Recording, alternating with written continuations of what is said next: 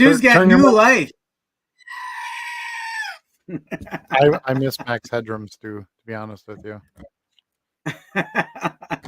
Turn your speakers up, everybody. If you can still hear, you didn't do it right. All right. Yo, YouTube. Welcome back to my live. settings here real quick, just so you know. I can't hear you at the moment, but that will be fixed quickly. How about there? We're new here. We're new here. Much better. Much better. There you go. Yeah. Yo, YouTube. Welcome back to the live with Charlie and Double Stews. We've got a few stews present. See, he got new batteries. He can't stop now. I know, it's crazy. That's why I wasn't in a hurry to change batteries. He gets out of control. He does. He gets very emphatic when he has full power. All right. So, yeah, we've got stuff to talk about. We had our first card show. Your lovely spouse and myself went and signed our contract for our next show today. And ironed out a few things, minor things that will allow us to improve for the next show. We've got some ideas for the next show. And I think overall we are very, very, very pleased with how it all went. Absolutely. Wouldn't you say? I even had some decent pickups. I wasn't expecting that. I figured all our time and attention would be tied up, but I have my bag right here. I still haven't gone through it yet, but I did find time to pick some goodies, some nice goodies, so shiny stuff. Yeah, I had to I had to put some in my video today, so I was like, oh crap, I got to get all this stuff out. And right now I have so much stuff. I have 2 desks, an L desk, but I have so much stuff on this desk because I'm making all these packs for my I found somebody to work a deal with locally to buy my I don't want to say leftovers, but let's just say my dime box inventory. I made them. I'd actually went and I might make a separate video about this, but I didn't record it while I was there, so I don't know how much video I would really get value out of it. But anyway, I had a local seller on Facebook advertise that they had a bunch of police cards, which sell very well for me. And I could see in the photo there was at least one Brett Favre rookie card, which sells anywhere from 20 to 30 bucks in the photo. And he wanted 75 bucks shipped for all 3 boxes. So it's 2 rows and a 3 row. So 7, let's say 7 rows, right? And there's some 80s ones in there and some older stuff, which is good because I don't have a lot of that listed. And I finally dug through the box and there was 26 Brett Favre rookies in there. 26? So, 26. So I started listing a couple of them already, just to get a few out there and start getting some sales hopefully on those. But yeah, so heck of a deal. And then he had a case hit, a Jared Goff case hit mythical card that he had won in like some random break he bought into on Whatnot, I think. And I know what the mythical cards are. I've sold them before, and he showed it to me, and I said, "Well, so what do you want for it?" And he said 20 bucks. So I bought it. And last sale was like 55 or 57 on auction. Okay. Yeah. So I listed it for 60. I sold it today already. So basically I basically made half the money back already on that buy for a card I wasn't even intending to purchase. Right. So anyway, but he has a shop locally, not for cards, but for like sports gear. He sells a lot of kids sports clothing and stuff. And when I went in to pick everything up and kind of talk to him and stuff, he said, I have kids that are coming in and looking for like cheap packs, right? Like repack packs. Mom comes in to buy a Cubs shirt for the kid because it should be the Cubs, let's face it. And then the kid's like, well, so he puts out these like little, $2 packs of 20 cards or whatever for these kids. And I was like, I bet I could supply you some of that stuff. So, I have to take less money than obviously I would a dime per card, but I think I can move some bigger numbers. The other thing he does is where he sells most of the packs is he's a vendor at outside Lambeau, Okay.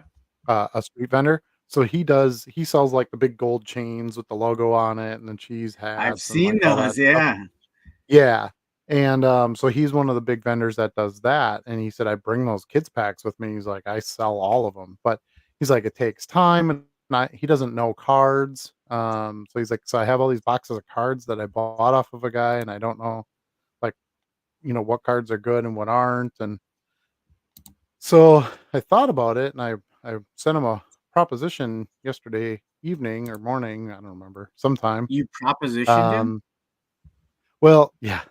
So I thought about it at like 2 a.m. and I'm like, "Well, I can't message this guy at 2 a.m. and he doesn't even know who I am." Like, I could message you and you'd be like, "That's stupid Adam," you know? Right. Um, so I had to kind of bury it in my head for a while, go back to sleep, and then hit him up in the morning, but he said, "Hey, how about this? How about I put the box together? I'll make the packs and everything, and I'll just drop it off, and we agree on a price for the whole box. You take them, sell the packs. When the packs, get low or are gone, I'll bring you a fresh box. You hand me the empty box back, and we'll just keep going." So, I um, mean, it I got sounds him to like a do good deal already. basketball. Agreed. It's gonna be some work on my side, because you wanna make the pack like you want one shiny card in there. I try to for, like, the football packs, I try to have at least one Packer card in there, a couple of modern cards, since that's who the kids are watching, something shiny, at least one rookie. I'm kinda trying to make, like add a little value in those packs. Right. It's actually been a lot easier than I thought it would be, which is good.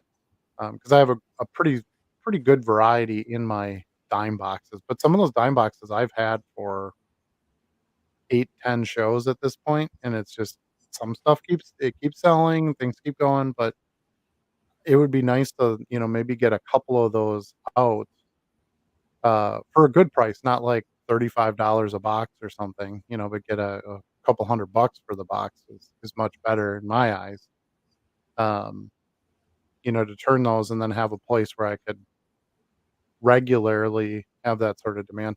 So he hit me back up right away and he was like, "Yeah, can you get me a box by Saturday?" I was like, "Oh, geez, okay." Um, I didn't even have enough team bags, so I had to stop to pick some of those up today. I started bagging them and stuff, and it's not gonna be too bad. So I'm pretty excited about it. I think it'll be a fun Yeah, he little didn't thing. waste any time, did he? I think, like I said, I think he just goes through that many and he's like, "Oh, a guy who'll put them together for me." Like I'm adding a lot of value that way because if he just goes on like Marketplace and buys some 5,000 count boxes for 35 bucks, he's still gonna have to bag them all. He won't know what's in it. There it might be somebody who cleaned out all the Packer cards and there's no like named players in it or anything like that. It's true. Yeah. So this way it's all done. He literally just has to take the box, put it out on the counter, or whatever his display is, put it on the counter. Doesn't have to buy the bags because remember he's not a card guy, Right. and just have to sell them, and as they sell, and he's got, "Well, I got 10 packs left. Hey, can you bring me another box?" Boom, I bring him a box, and he can just run his business instead of I I mean, everything about it sounds great. I gotta find me one yeah. of those deals. Yeah, and the other thing that I get excited well, obviously having something where you can constantly resell and still make money on the cards. Um, what excites me about it is it opens the door for me to buy more, larger quantity collections going forward. 'Cause I'm not gonna have all this stuff that I'm stuck with that I can't sell online. I can just simply put it right back in the packs and flip it, you know? Yeah. So, even if I'm paying, like, 20 cents a card or something on a big buy and I'm selling these back to him for a nickel or 10 cents or whatever, yeah, it's a loss on that particular card, but I would have value in all the other cards that I'm selling? It would just be to regain that capital quick on the cards we don't want. Yeah. I mean, that's the way you gotta look at it, right? And these cards, really the best place for them to go is in a kid's hand. And it helps us, right, with our businesses. It gets more kids locally, gets cards in their hands who maybe wouldn't normally have cards, um, and that's one of the things where I think I kind of dropped the ball on advertising for our show. I never thought about the mall, but there's his store in there, and then there's a store in there that sells cards. There's Yeah. couple little sports stores, and I never even went in there and dropped off any flyers. So I'm like, well, this guy will for surely put flyers out for our show. Um, for the next one, and hit up those other couple stores that are in there too. So I think it's I think it's good. I think there's some good potential there, and if he can make a little money on it, I can make a little money on it. Everybody wins and saves him a little Everybody time. make a little money. Yeah, and then what I would do going forward is when I bought collections, if there was stuff that I was gonna throw in my dime box, I would just make packs right away, you know? So, Yeah, that anyway, that's sounds like a my sweet deal. yeah. Plus, like I said, I got all those police cards for super cheap, and I flipped that Goff, pretty much instantly and made my money most of my money back on the box buy besides, so bonus there. But his kid's into Justin Jefferson. He just started, like, pulling out some Justin Jefferson cards if he would find them when he was getting boxes of cards. Uh, Okay. so I thought maybe I'd dig through and find a decent Justin Jefferson card I got, and I'd bring that, as a gift to his kid. I figure that's a good kickoff to a new business relationship, but pretty simple. I mean, it's right at the mall. It's not too far from my house. Um, it's a shop, so it's open all day and kind of go there anytime I want on Saturday and drop them off and get paid for them, and then we can just kind of reconvene whenever you need a box. Let me know, and I'll just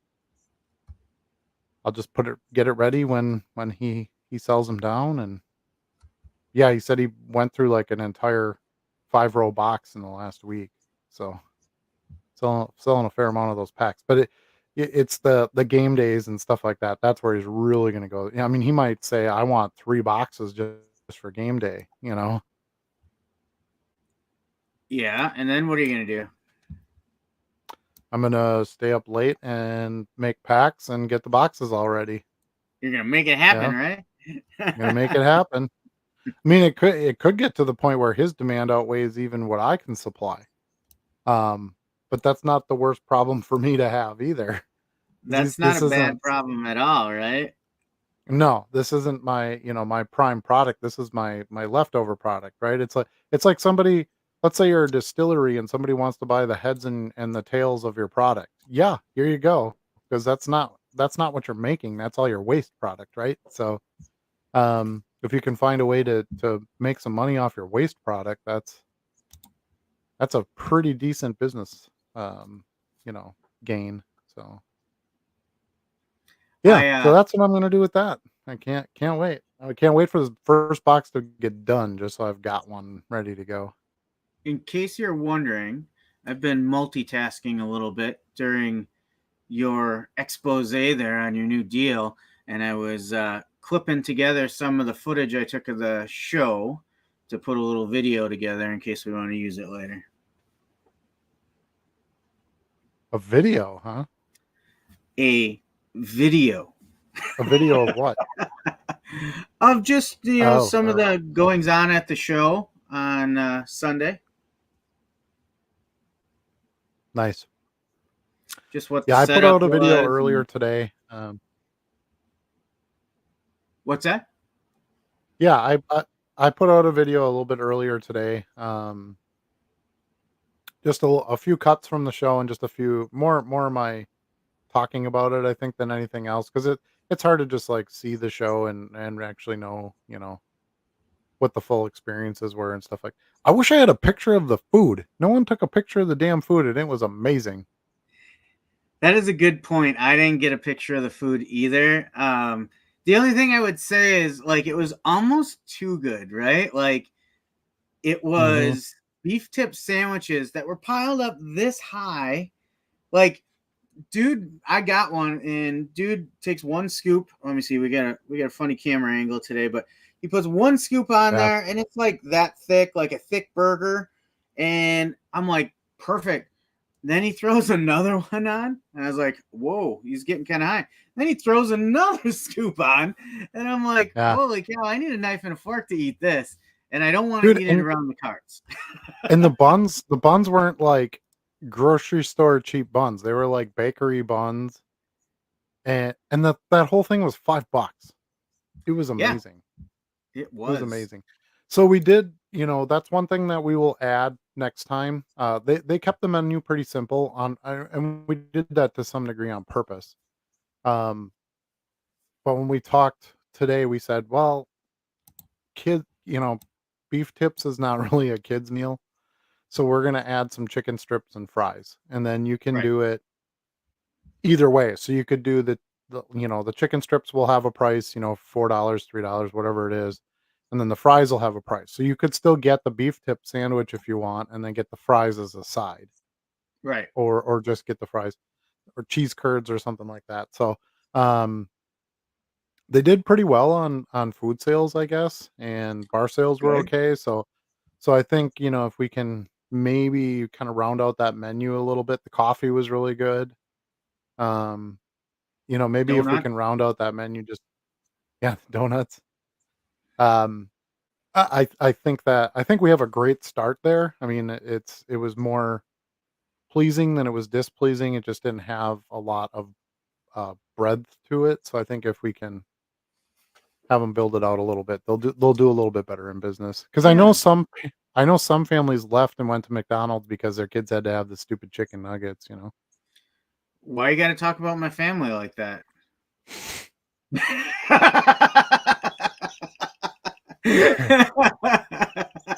I almost did a spit take all over my cards. Um, yeah, Yeah, my kid, I get my that. kid I get did that. bring If something I had my in from. 9-year-old, yeah, if I had my 9-year-old there and I'm like, "Oh, do you want a beef tip sandwich with onions and mushrooms in it?" I mean, it was amazing. Like that's how you Yeah, should eat. But she's gonna be like, "Well, can I just go over to McDonald's and get chicken nuggets and right, fries?" right. So I think we need to do that because that was one of the things that I really liked about the venue was that we were gonna be able to provide, not just a food option, but a place to sit and eat and that kind of thing in the bar and all that. So I think if we can add just a couple more like kid friendly food items. And the other thing that I thought about with the sandwich, like if you were a dealer eating, it wasn't the easiest thing to eat. It's Right, kind of messy, right. and like you said, they put so much on it. It's like you put the top bun on it and just kind of all slops That's out. And that's the predicament I found myself in because I did take my plate back to my chair behind the table, and the whole time I'm like, "Gosh, I hope nobody needs anything while I'm eating this," because there was yeah. no way to keep my fingers clean. So I think like the chicken strips kind of solves that, right? Like you can take a bite of a chicken strip and kind of toss it Yep. aside for a little Mhm. while. Yep.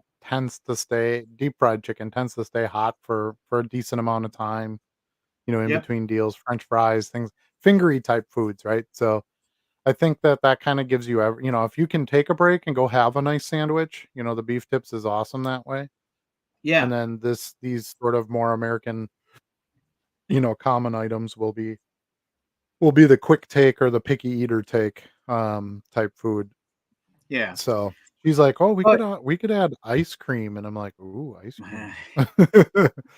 So we'll see. I still think we want to keep it somewhat simple. I don't want them to simple. have like a whole bunch of stuff out there, and then we Yeah. don't really have a need for it, especially in January. I don't know how big ice cream would be in January. Right. Well, and that too in January is everyone going to want to leave the venue to go get something to eat. They're really going to True. appreciate more having food there.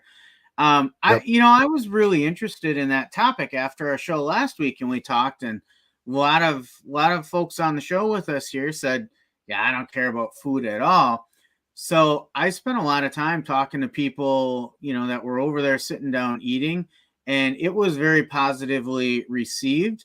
Um, that just having that table space over there was nice, and in fact, we probably are going to look to expand that a little bit to have like a breaker section and place to go through your cards and Hmm. stuff because we had people asking about that as well. Yeah. Well, I that was something I kind of forgot to talk to her about. I had a big list of stuff, and Jenny did a great job because I had to get there late because I'm at 'em. And she did a good job, covering a lot of it before I got there, and I totally forgot about, like, the AV stuff, right? Because I was Yeah, thinking if and about setting up on the stage. I just wanna make sure that that would even be allowed. I don't think they would care, but, yeah, um, I would love to have that be the breaker area because it's totally out of the way. We could put a couple of big garbage cans up there. Um, but that's where like the screen and some of the audio, because obviously it's a stage. That's where they would have a band or whatever. Plenty Yeah. of outlets, that kind of thing. But that would be cool to have, like, they could stream it. They could show it right on the screen. Because the screen faces the main floor. Right. So people on the main floor could see, breaks going on. I just think that would be kind of neat. I don't know that. I mean, the National does stuff, no, anything we come up with it's not like it's never gonna have been done. Yeah. Yeah. But I think to sort of small it and localize it a little bit is something that, I haven't really seen around here. So that's kind of what Yeah. I'm my point, my hope I think is. that would be great. Um, and then also what you and I are going to do this next time. So we found our own little space there that we can take up. And so we're going to actually move off of the main floor. We're going to move Cardboard Legacy closer to the door because they were doing a lot more stuff at their table and they were doing our drawing stuff and all that. And we want to sort of get out of that space a little bit because we don't really deal that way. We deal dime boxes and stuff. So what we're gonna do is go off into a little space on our own where we'll have some more floor room or someone could be around our tables if they wanted to, and we're gonna do some demonstrations on scanning and listing cards and stuff. So I've reached out to Alex. I haven't heard back from him yet, but um, reached out to Alex at Card Dealer Pro to see if he's got some things he could provide to us to give us some assistance Hmm. trying to do this. I really like those little instructional cards they had at the National. So even if you could send us a box of those, that would be helpful. And Yeah. you as our tech person, if you can kind of set it up where we have a couple different screens people can look at and stuff. Right. Right. Maybe we can even bring somebody behind the table and let them sort of put a rack of cards in the scanner and use work the software a little bit and get the cards to scan and show the AI. Yeah. Yeah. I think that could be a positive thing. And all that's doable. We'll be able to have an external monitor. I can duplicate the screen from Hmm. my laptop, so we can show them the steps right through it, and uh, you know, show people some additional options to have out there if they want them. And I think for this next one, we won't be needed as much for the pre-setup stuff. This was the Right. first show, so we had to really tell dealers where to go, but we plan to assign tables ahead of time next time. They know Yeah. where to come to bring their stuff in and where bathrooms are, all those kinds of things were the first show. Like nobody knows where anything is unless you've been to this place before. So I don't think we'll have to do a lot of that. So we can really spend a lot of our time, that early time before anybody gets there to set up our presentation and stuff like that. Right. But I think if we have those two spots, improving the menu, not the quality of the food, just like quantity, variety. How about that? Uh, if we can improve a bit on the variety of the food, I think we've really Yeah. got where we need to be on the next step. Yeah. We The don't need other a thing lot. was the marquee. They never put anything on. No. That was a miss on their Um, part. They said though. Yeah. yeah.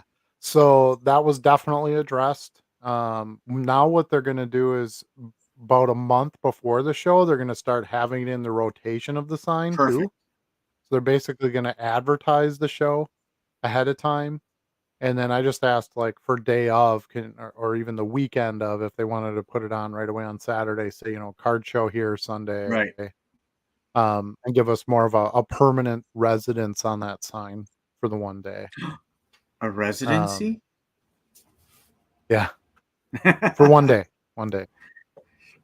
So yeah, I think we've got something going. I think it'll be good, and really looking forward to it. And then after show number 2 going, "Okay, what do we do now?" But it Right. was a lot of little things. It was more garbage cans, having the lights turned up. I told her basically today, I said, "Just turn the lights up as far as you guys can turn them up." Oh, they didn't have them up Um, all the way. Not when we got there. I had to go ask him to turn all the lights up, and then Oh, okay. they didn't have any of the stage lighting on, so they ended up turning that on, That's which fine. helped, Yeah. like, in the middle section especially, Yeah.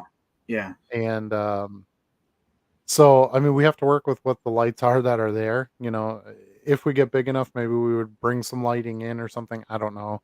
It wasn't horrible, it definitely wasn't the worst lit show I'd ever been to, but Yeah. it wasn't the best either. Right. And it is a Right. ballroom, you're not gonna have bright, intense LED lighting, that just doesn't, exist in a ballroom setting, they don't need that. So, Right. um yeah, and some of the dealers have gotten pretty smart with this. I've been pretty impressed seeing dealers who, like, LED light their cases, Mhm. Mhm. I saw another dealer who had, like a ring light, like a backlighting, where they would just clamp that onto their table, and it had some lighting that would throw down, Yep. onto their cases, as long as you can operate it by battery, because we don't have a lot of power there. Um, so, yeah, well, that's probably the one thing we can't do a lot of big changes about. We're just gonna have to work with it. But I like I said, I don't think it was terrible. I looked through plenty of boxes and I didn't have any problems. Right. Yeah. So, I occasionally had to kind of adjust because I was standing and creating my own shadow over the box, but Mhm. with just a little adjustment, I could get where I needed to be. To me the biggest thing was, like, it was almost like a mood lighting, like it was a softer light or something. Not Yeah. not that it wasn't Yeah. bright enough, but it was more soft. It's like, as I'm looking through, especially like chromes, I started, like, my eyes started wandering a bit, like, while I'm looking at them. Like, it's like zombie. Yeah.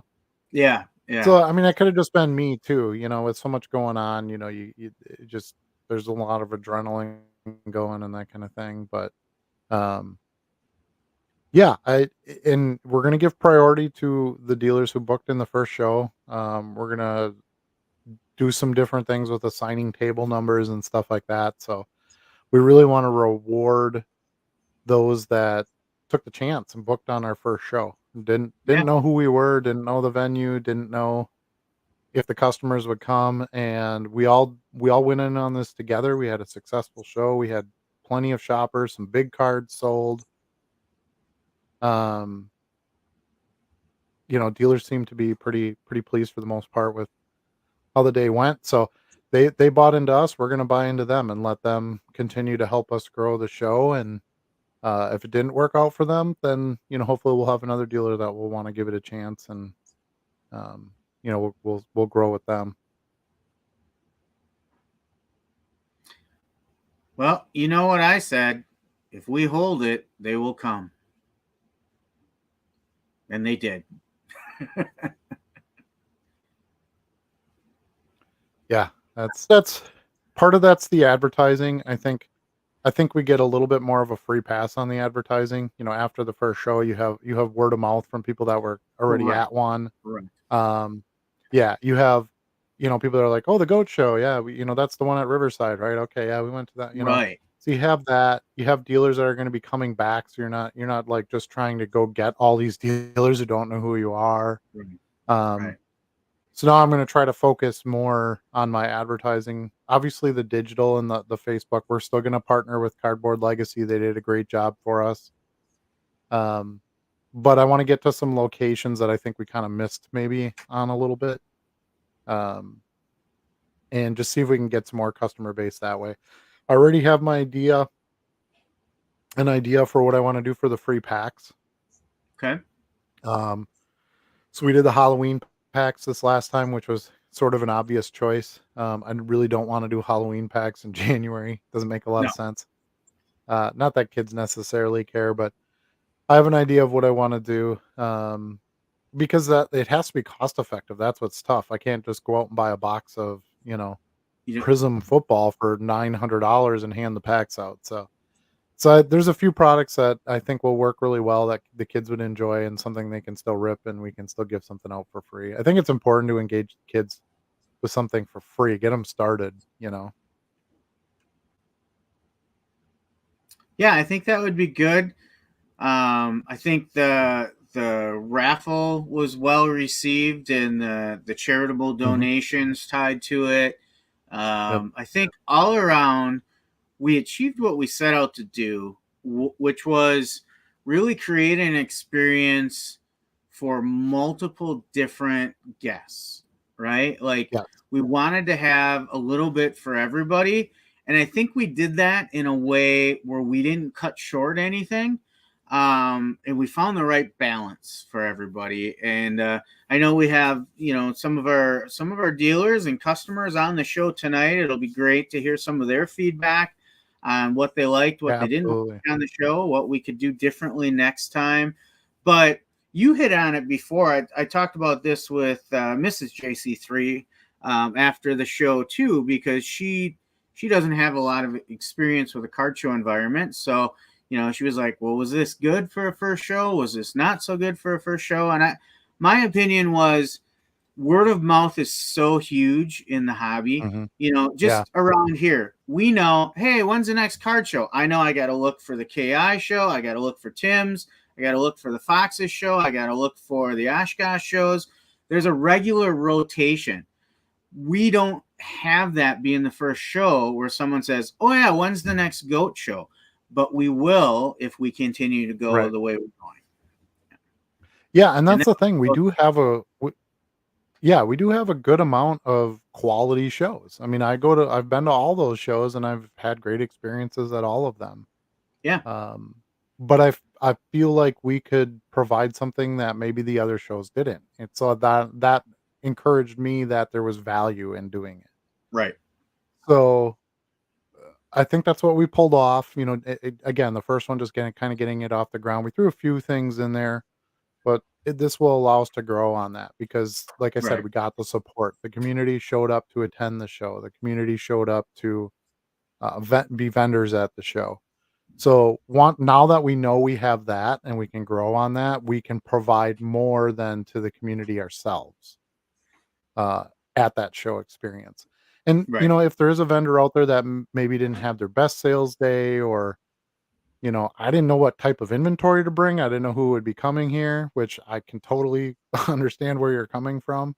This show was in a totally different area of Green Bay than it's been before. But all I would ask from you is to try to grow with us, right? If you book again, we're going to get more this next time. You should right. have some more idea of what types of things, will sell well, that kind of thing. So let's keep working together and grow it together because we we want to make it a great experience for everyone, and that includes the vendors being able to sell things, and that includes customers being able to find things they want to buy. Like, we can Right. have the breakers area, we can have the demonstration for we can hand out the free pack, we can have good food, but the heart of it still needs to be good vendors and customers who are buying and interested in what the vendors are offering.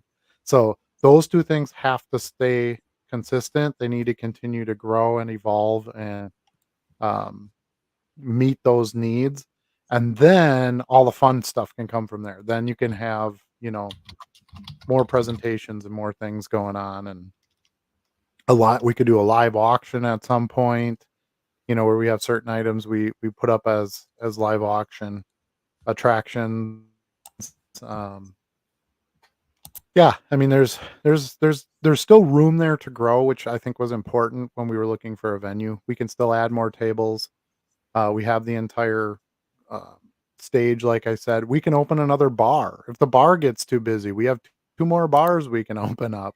That is We true. can put more tables out for food if more people want to sit to eat. We had plenty of bathrooms, more than enough bathrooms. Every time I was in the bathroom, I was the only one in there. So Yeah. um, we have room to get our growth there for now. And I think as long as we focus on maintaining that core with the dealers and the attendees, and then adding our pieces, we can get to where we want to go. The bar Um, was actually one thing that I thought was more underutilized than I expected. I didn't see a lot of people go to the bar. I thought I would have seen more. yeah,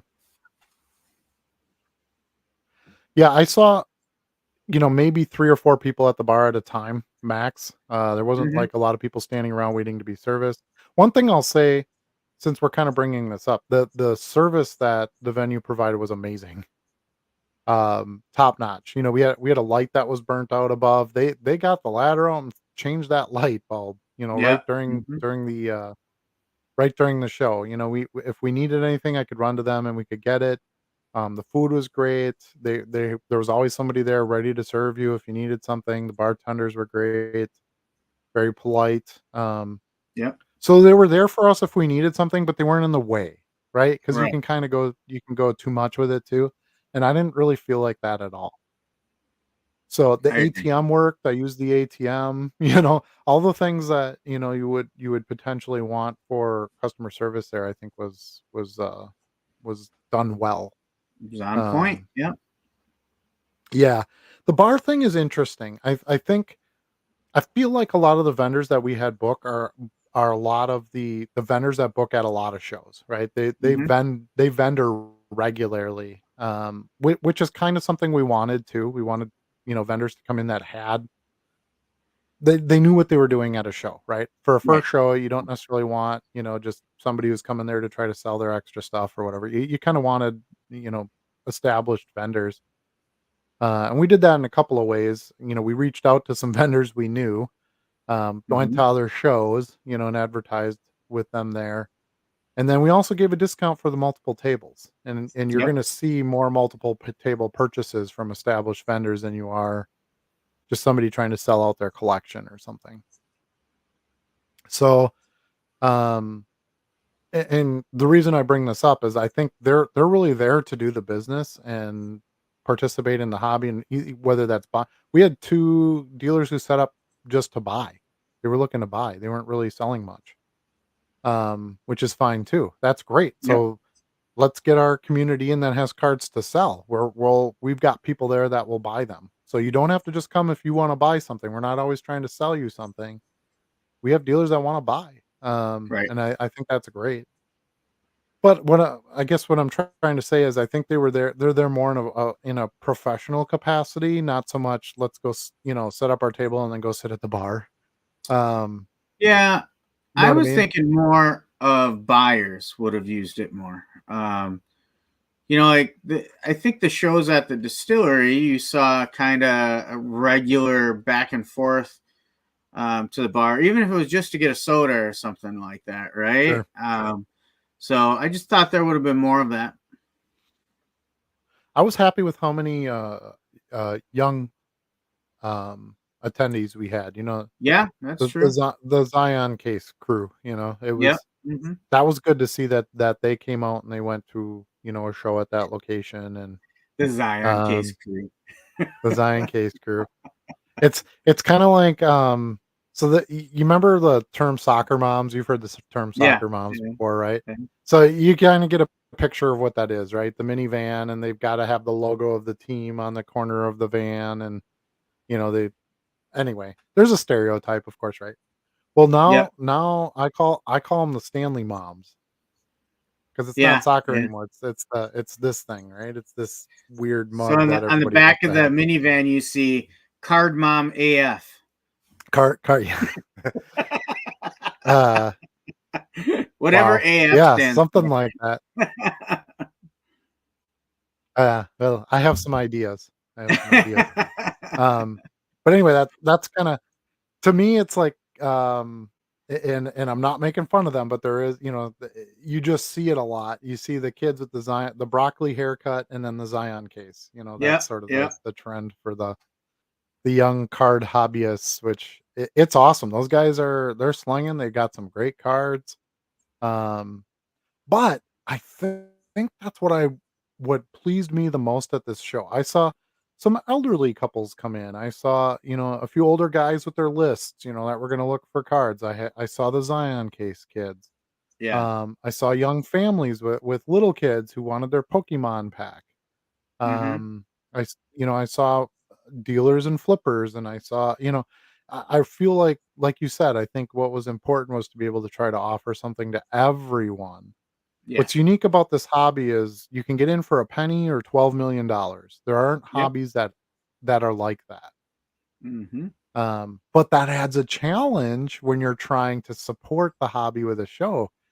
You gotta have something for that penny customer, and then well, we're not gonna have any $12 million cards, but you gotta have something for the penny customer, and you gotta have something for, the more high-end customer, and Yeah. I think we nailed that, so You really never excited know. to see where it grows. You never Someday know, we yeah. might have a $12 million card there, and Jeff Wilson and his crew will be there. Yeah, I think we have to start looking at, upping security if we're gonna have things Yeah, like that for happening. sure. For sure. You know, yeah, so that might be, venue expanding at that point, we'll see, but for now, we love the venue, we've got some good things going with them. I'm gonna tell you this off the air, Charlie, because it's just a business thing, but I had a really good discussion with Marie on something that was important to me, like, in our agreement with them and stuff. Yeah, Jenny probably told you a little bit about it, but you did. Yep. I feel like we've got a great partnership and something that we can grow on there, and that matters, right? Because you Yeah. want to make sure Yeah. that you can continue to get your venue and um, hopefully it can continue to be affordable. We realize everybody has to raise some prices over time. That's Yeah. just life. But if we can continue to make it smaller incrementally so that we can keep offering what we want to offer at a fair price. Um, everybody wins for sure. But it'd be Yeah. I great to think get some dealers from out of town too. yes, but that's going to take some of that word of mouth to travel and build a reputation. But I think this is a win for the venue as well, because this is a crowd that I don't think they've had any exposure to in the past. So they're getting a whole new generation of people coming in for things other than the Marine Corps ball or a wedding or Right, right. a 60s The train rockabilly, show. Yeah. The train show. So Yeah. they basically have three, let's call it a trade show, right? Basically we are running a trade show. It just happens to Hmm. be in cards. But they run the train one, they run the food and beverage one, and then there was what's the other one? Was it like a farm equipment one or something like that? Those I'm are not sure. basically the ones that they're doing. So she was pretty excited when we called and we're like, "Can we book our next one?" She was like, "Okay." Yeah. Um, I think they would love to have something reoccurring. Sundays are difficult for a ballroom to book because you don't have the weddings, you don't have, Right. those types of Right. Saturday events. Fits a need. So, yeah, so it really benefits everybody. It gives them plenty of work, especially like I said, reoccurring bookings because you book a wedding for somebody, that's it, well, unless they're Hmm. getting married again. Um, but Again and again and yeah, again. yeah. Ask Dave They got Grohl. I that think he'll bulk be discount. right. Yeah, yeah. Um, but to have a show that's going to continually come back, I think there's a lot of value in that for everybody. So I think it's important for us to make sure that we put out in front of them what our expectations are, and what we need to get out of this to continue that, as well as them saying, okay, well, we can continue to do this, but we got to have this. So um, I feel like we have that relationship, and we Yeah. can keep that going. All right. Enough about our little goatee show there. Should we get to some Goaty Goat Show. questions? Goatee goat show. By the way, those who just before we get to this, if anybody wants to come to the show from out of town, there are plenty of hotels in the area. It's not a very expensive hotel stay area. If you've been to the KI show, it's actually kind of up the same road. Yeah. You gotta go further east. But if you've been there before and you kind of keep going down that main street there, that's where you run into our venue. And there's hotels right there. There's embassy suites and things like that. Yep. Um, and if you're one of those coming from out of town and you're like, well, I want to book by Lambo because I want to do some Lambo stuff while I'm there. It's not very far from there either. It's about 15 minutes from Lambeau Field to our venue. Um, Kind of just Everything cross in over Green the Bay river is and then just 15 minutes away. Well, if you're on the way west side, like where I am, right? Hobart, which is way west side. If you go from there and you're going into like Bellevue way east side, it takes me like a half hour, like 40 minutes. Only Not if that you're that's, going through town. If you take the loop around, you can shave time off of that. yeah, you can take 43 and stuff, but there's no like super quick way to do it. You still got to go over a No. bridge. You can't just make Yes. your own. It's not like you can tunnel Yes. through. Anyway, my point is that's where most people think of when they think of Green Bay. They think of, Packerland area, right? Yep. So that's kind of for those who aren't here, because definitely don't want to exclude anybody who wants to come in from out of the area. Um, Wherever you know of Green Bay or you want to be in Green Bay, you can, like Charlie said, it's 15, 20 minutes wherever you go. So it's Right. pretty simple that way. Okay. Dan is here. How the heck are you, Dan? I'm surprised you didn't just show up. Like I assumed I'd turn around at the show and hey, there's a puff of weed smoke and Dan. Um, not not that Dan was well. Anyway, I probably shouldn't have said that. Not that Dan provides the smoke. It was just it's a Cleveland thing. Okay. Yes. Um, Dan says evening all. Can't wait to hear all about the stew show. Well, you got an earful, buddy. Yeah. It was definitely going to be the topic of the day. We know that all of you were supporting us, and we're happy to see us get this thing put together and get it off the ground. So yeah, we appreciate all the viewers too. We understand all of you can't attend our little card show. We're not without that knowledge, but just showing support and encouraging us to do well and just asking us how it went has a lot of value, more than you'll ever know. Agreed? Absolutely. All right, Joe is here. Good evening, boys. What's up, boys? Lofi Joe is here with all his goats in appearance here. And Chris Longball's here. Yo, yo, yo. What's up? Ryan Sells is here. What up? Troy is here. Good evening. Good evening, Troy. Brian is here. Hey, yo, just finishing up my pickups from 702 and the Goat Show. Oh, you bought stuff at the Goat Show. I only ran into you when you first came in, maybe a little bit later. When you were talking to Charlie, I was able to say hi, but yeah, I didn't get to talk to you that much.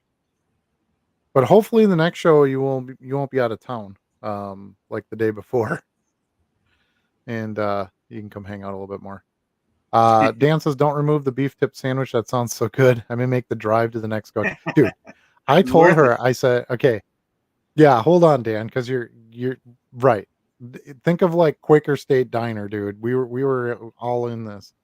Um, I told her, I said, you can add anything you want to the menu, but don't you damn take away that beef tip sandwich because that thing was dope. That was probably the best $5 I spent on food in like 20 Yeah. years. It was Yeah. crazy. It was Very so good. affordable, I right? why For the amount you why did got. we not take a picture of it? How did we not take a picture? It's crazy. I don't know. We're not foodies, I guess. I don't I guess. I know. mean, on We don't think about that. and those people who are like, well, I don't do food, I just do my show. That's great. That's certainly an option for you. Screw that. I'm gonna go get the beef tip sandwich. I'll take my break and go do that. I eat and I have no apologies for that. I don't want to go across the street. And I think you made a great point, Charlie. Like the next show is January. And that's what I told her to Maria too, because another advantage of ours is the entrance, right? For the Yep. customers. They have that vestibule where they can come in and it's kind of a little like greeting area right before you go into the main hall, and there's a fireplace in there and some nice stuff on the walls, and there's like a little ticket taker counter in there and stuff, and then two sliding doors that block off the main hall. Right. And she's like, well, if you want, next time we can just lock that front door. And I'm like, I really don't think I want people standing outside in January. That's kind of Right. cool. And she's like, "Oh, that makes sense." So you tend to think in your now, and I'm trying to put my brain into January right away mode, at least for this. so that, we kind of do things right based on what we're going to be facing at that time, Yeah. potentially be facing, especially. Um, so yeah, I came up with the right solution when we were there. I was like, well, how are we going to do that? Keep people from coming in, because a lot of the vendors need to load from the front, because there's a step in the back and they had carts and things. So we're going to continue to use that vendor door, and we're just going to put some signage on it, vendors only. Um, and then Bree quick cooked up some signs for the 2 sliding doors that just said, doors will open at 9, and customers were great. They knew exactly what to do. They came in and they waited in there, and, I went and checked it a couple minutes before showtime, and there was a good dozen or so people in there. And then as soon as, we hit the minute mark, at 9 o'clock, everybody was done and ready to go. So we opened the Yep. doors, and, people started coming in, and I think I think it's one of the it's a fine line, right? Like, you want enough people in there that it's busy, but you don't want it so crowded that it's hot and nobody can move around and nobody Right. can look at cases and look in boxes. So I don't think we crossed that line at all. I would like to actually see more people in there, but I think, again, for the first show, it allows us some growth, right? Some Yeah. room to grow. Yep. Speaking of so many people, it gets hot in there. And it That was one thing I heard debate on. All the ladies, when we got there, the air conditioning was on, and I thought it felt great in there. In fact, I was talking to some people about, oh, it's great temperature in here with the air on. But then all the ladies started getting kind of chilly, and they turned it off. And by the end of the show, I was kind of warm in there. But what that it did get a tells little me is, warmer, yeah. based on the season, we'll be able to keep it pretty comfortable in there. In the dead of winter, we should Yeah. have no problem keeping it warm in there. When it's 100 degrees out in early August, we should be able to keep it cool in there. Yeah, I agree. That is actually becoming more important for me the longer that I do this, because it seems like a lot of shows really struggle with this. Yeah, And it's hard when it's super hot, and you, you sweat's dripping down your back from your backpack. yeah, It's tough to go through it. And in many cases, I don't have a choice. Like, that's how I run my business. I need to be there yeah, and doing these things at shows. Um, So I'm really excited to see. Yeah, you're right. How the January. I thought it was very comfortable in there all day. I don't mind if it's a little bit cooler and a little bit warmer. I'm not one of those, right, like, it's got to be perfect, type people. yeah, yeah, I can adapt pretty easily, but and sometimes it's relative, right? Like, so if you've got a dealer just sitting at a table not doing anything, well, they could get cool. right, Where I'm running around trying to get staff, and I'm doing this and I'm doing that, and I'm like, wow, it's hot in here. Well, yeah, you're hot. You were just, you just raised your own body temperature 5 degrees, yeah, So yeah, I think that, as long as you have a fair ground in there somewhere, mm-hmm. somebody who's a little chilly or somebody who's a little warm, that's par for the course. Yep, But again, this place is made for putting a bunch of people in a room at one time for 5, 6 hours, and then they all go home. Like, that's literally right, what we're doing. It's not a wedding, but you kind of have the same flow to some degree. Otherwise, other than there's maybe a little bit more in and out, mm-hmm. because you have some people coming in to attend and then leaving. But generally, that crowd size stays somewhat the same until late in the show, when you don't have as many people showing up. Then, the temperature probably could change a bit. But I think it's gonna be. I agree with you. I think they can handle and keep it consistent for what we're gonna need. Yep, Let's see. Max says, "Good evening. Just getting in. Great show last weekend." So, um, for anybody who doesn't know, Max is in our area, and Max set up at our show. Thank you so much to you, Max. It was a pleasure having you there and talking to you. Sounded like you had a pretty good show. Made some good deals, and it was worth your effort. So we're happy there, and yeah, hope to have you back. I don't know how you liked your spot. We'll have to kind of talk about that a little bit. We're going to talk to all the dealers about that, because, again, we didn't know where anybody was going to be. It was, yeah, the first one, right? Crapshoot. So now the dealers that have been there, they're going to get, gonna work with them to try to maximize where everybody can be and get their both best experience out of it. Yep. Max had a prime position for dealer movement space, though, along those edges. I know that was one thing we talked about after the show. On those middle aisles where we had tables back to back, we ended up putting it a little Mm-hmm. tight. So if dealers were trying to pass each other back there, we often had to dance a little hokey pokey a little bit. But next time, I think we'll be able to rectify that pretty easy. Mm-hmm. Yeah, we already talked about that. There's going to be 1 foot of additional space in between those center dealer tables. It will obviously take a foot away from our foot traffic aisle, but I think those are still more. I shouldn't say I Absolutely. think. I know those are still plenty big. There was plenty of Yes. room to move around. Yep. So I agree with you to take 1 foot from that dealer or add 1 foot to that dealer backspace is going to be key. We're also, instead of putting 2 chairs at every table, we're going to have 1 chair put at every table. Okay. If you need more chairs, that's fine. We'll have plenty of chairs, but we had a lot of dealers that kind of took chairs down because they didn't need them. They're especially because the traffic area was tighter. Having Mm-hmm. an additional chair in there besides just didn't make sense. Yeah. So we're gonna go to 1 chair per table, a foot wider walk space behind in the dealer side, and that should make a world of difference. And then Mm-hmm. if you want additional chairs, if you want to provide a chair, if you have value boxes, for your shoppers, things like that, we will certainly get you whatever you need. But instead of taking chairs away, it makes more sense for those who need an additional chair to give them a chair. Yeah. Let's see. Max says some dealers do advertising for you on their socials as well. Yeah. That's great. Yeah, please thumbs up the goat show and Appreciate you. not thumb don't put your thumb up the goat, just thumbs up the goat show. Um and and I think that was partly our advantage too. We have some social media presence. Um and the Facebook page and then Cardboard Legacy helping us out. We had some advertising budget we were able to put into it. I went to all the shops, dropped off flyers, went to a lot of shows and talked to dealers and talked to patrons and just let them know what we were doing. So yeah, I think that's all something that we can build on and I'd gotten tagged quite a bit in like Instagram posts from dealers that bought some good cards at the show. Um all those types of things definitely will help as things move forward. Yeah. And Stu had fun, right, Stu? I think he had a good time. I,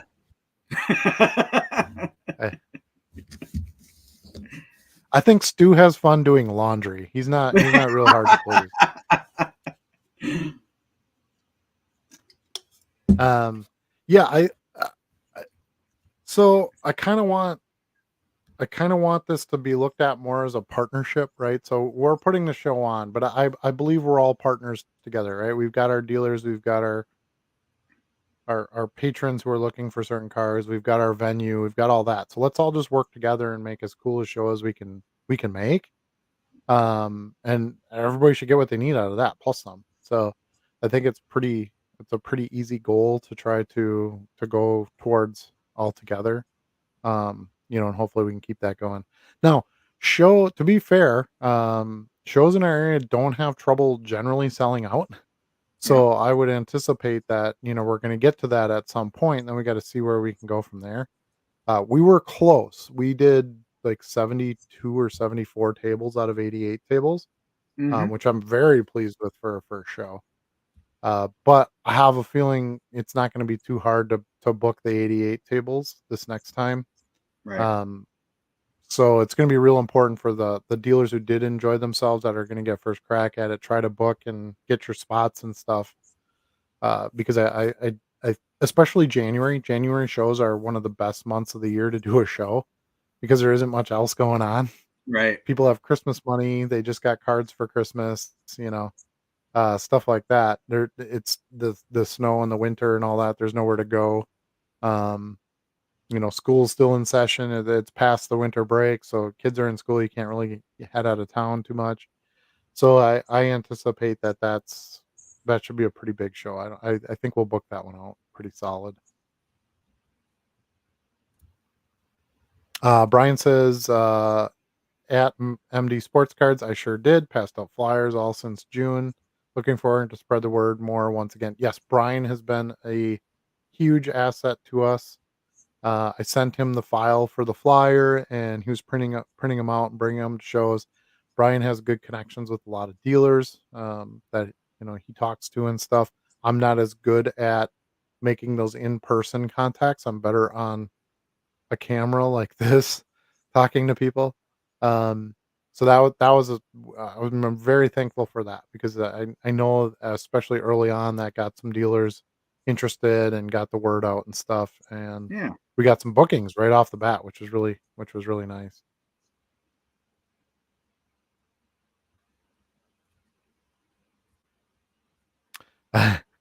Oh, you guys are sick.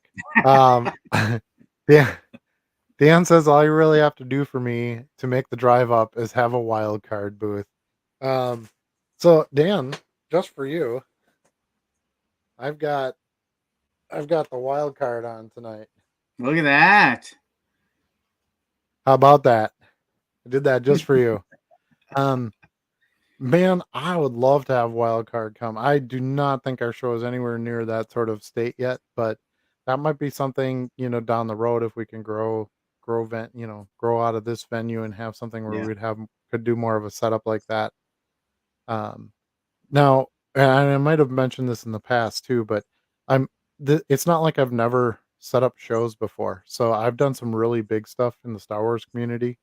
Um, Big shows where with like big celebrities and big name bands and stuff like that. So I feel like we need more team if we're gonna get to something like that. Um, then you have like you need to have somebody do merchandising and like there's a lot more that goes into something like that. But I feel like that's something we could get to at some point if that's what we want to do. But I talked to Max about this, and I think he kind of hit the nail on the head. He's like, "Well, just don't get too big," and there's value in that statement. Um, if you want to be the next national, then yeah, then you got to keep going and keep growing. And but if that's not what your goal is, if you're trying to stay community based, you don't want a big focus to still be on your charity effort and things like that. Maybe you don't want to grow a show to where you're having wild card come in and a big wax Right. dealer coming in, stuff like that. So we'll see. We'll see where it goes. I believe there is a ton of growth coming in this hobby still. Um, we obviously saw quite a bit during COVID, but I think with Fanatics being in here now, there's going to be a lot more positive things happening for growth, and they have the machine to get that in. The commercial machine. They're putting shops in stadiums and doing free, pack stuff for kids and exclusive products and things like that. So I feel like the shows that want to explode and get big can do it. I think it can be Yeah. supported with the growth in the hobby. And maybe that's our place. Maybe that's what we provide in Green Bay. Maybe it's the other shows that want to stay the smaller community show. Maybe that's what they do, and we go for the gusto. I don't know. We'll see. We need some more partnerships out of that. We would need some more sponsorships. Obviously, venue is always a challenge, um, and of course, costs and expenses. Because you can get the biggest venue you want, but you got to have all your dealers pay for that, basically, Yeah. and your Yeah. sponsors.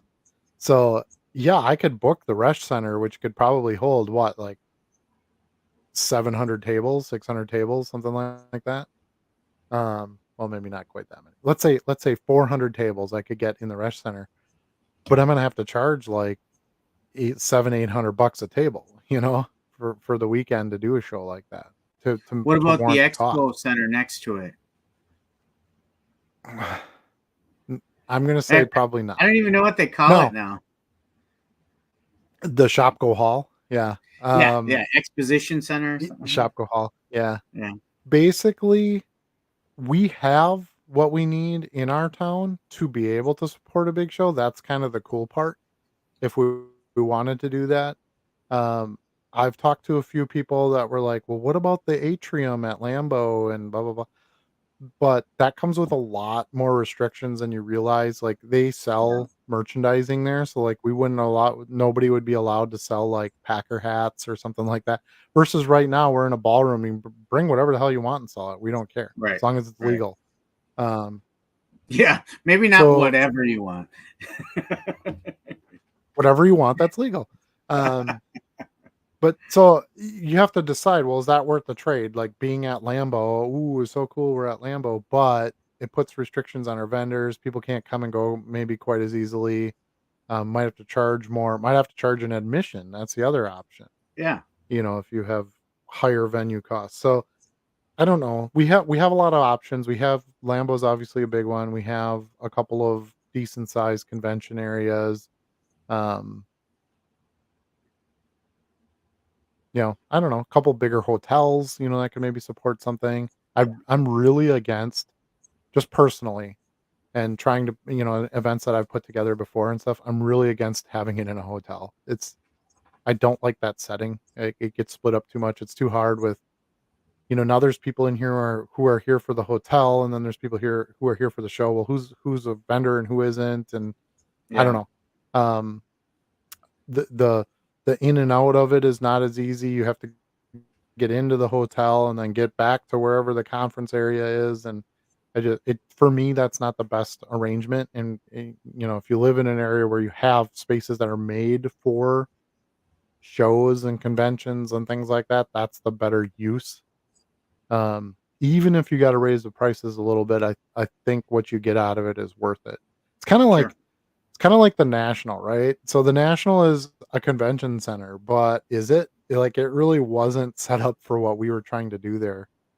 The parking, they couldn't really handle the parking too well. The hotel situation wasn't so good, and you know, um, driving in, I found out why it was actually free for the parking after the first day. Did you find out? Did you know No, this? no, why is that? Did you hear about this?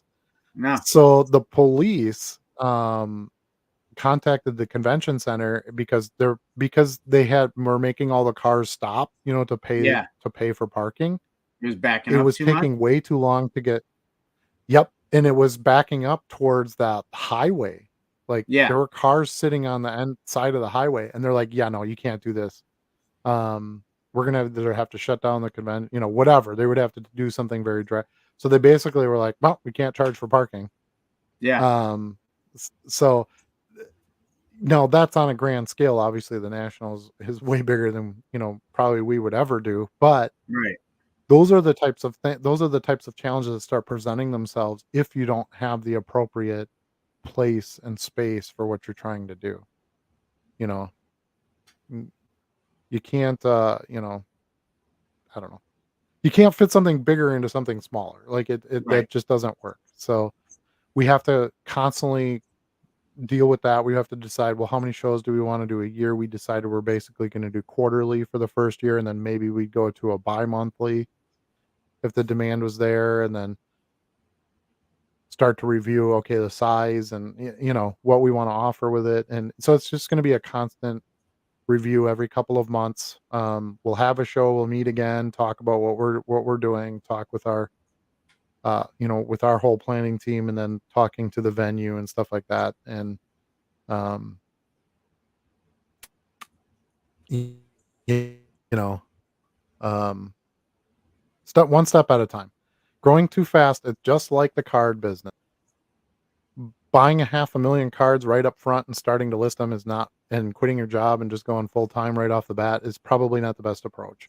No. If you're capitalized, if you have a ton of money, yeah, you having a lot of money gives you a lot of freedom because you can kind of do whatever you want and it doesn't really matter. But those of us who have like mortgages and crap, yeah, that's not the greatest strategy to start a business. You have to get your feet out, under you, and then you have to start advertising. You have to have multiple streams of income. You have to we didn't have the word of mouth, right? It was the very first show, or who the hell's gonna know who we are, other Right. than with the channel and stuff, and us being at shows and that. So now that we've built that machine, we've started that, we've got that platform, we have the first show under our belt. Then you add the stages above that. Let's see. Oh yeah, the wild card booth. How could I That's forget that? right. Lofi Joe says Topps Big League packs would be a cheap option for January giveaway if you're wanting real packs. That, my Good friend, idea. is the product that I will be buying. I'm going to meet with Cardboard Legacy on Thursday. I don't know if you Mhm. knew that, Charlie. I'll be going down there next week, and that's one of the things I want to talk to him about is how do we, maybe we can get some products at cost from him since he's a sponsor, whatever it is, trying to get maybe our pack giveaways that way. Yeah. This one was pretty obvious and just kind of an idea I threw in, kind of after planning really was, hey, these Halloween packs are pretty inexpensive. I think the kids would have fun with them.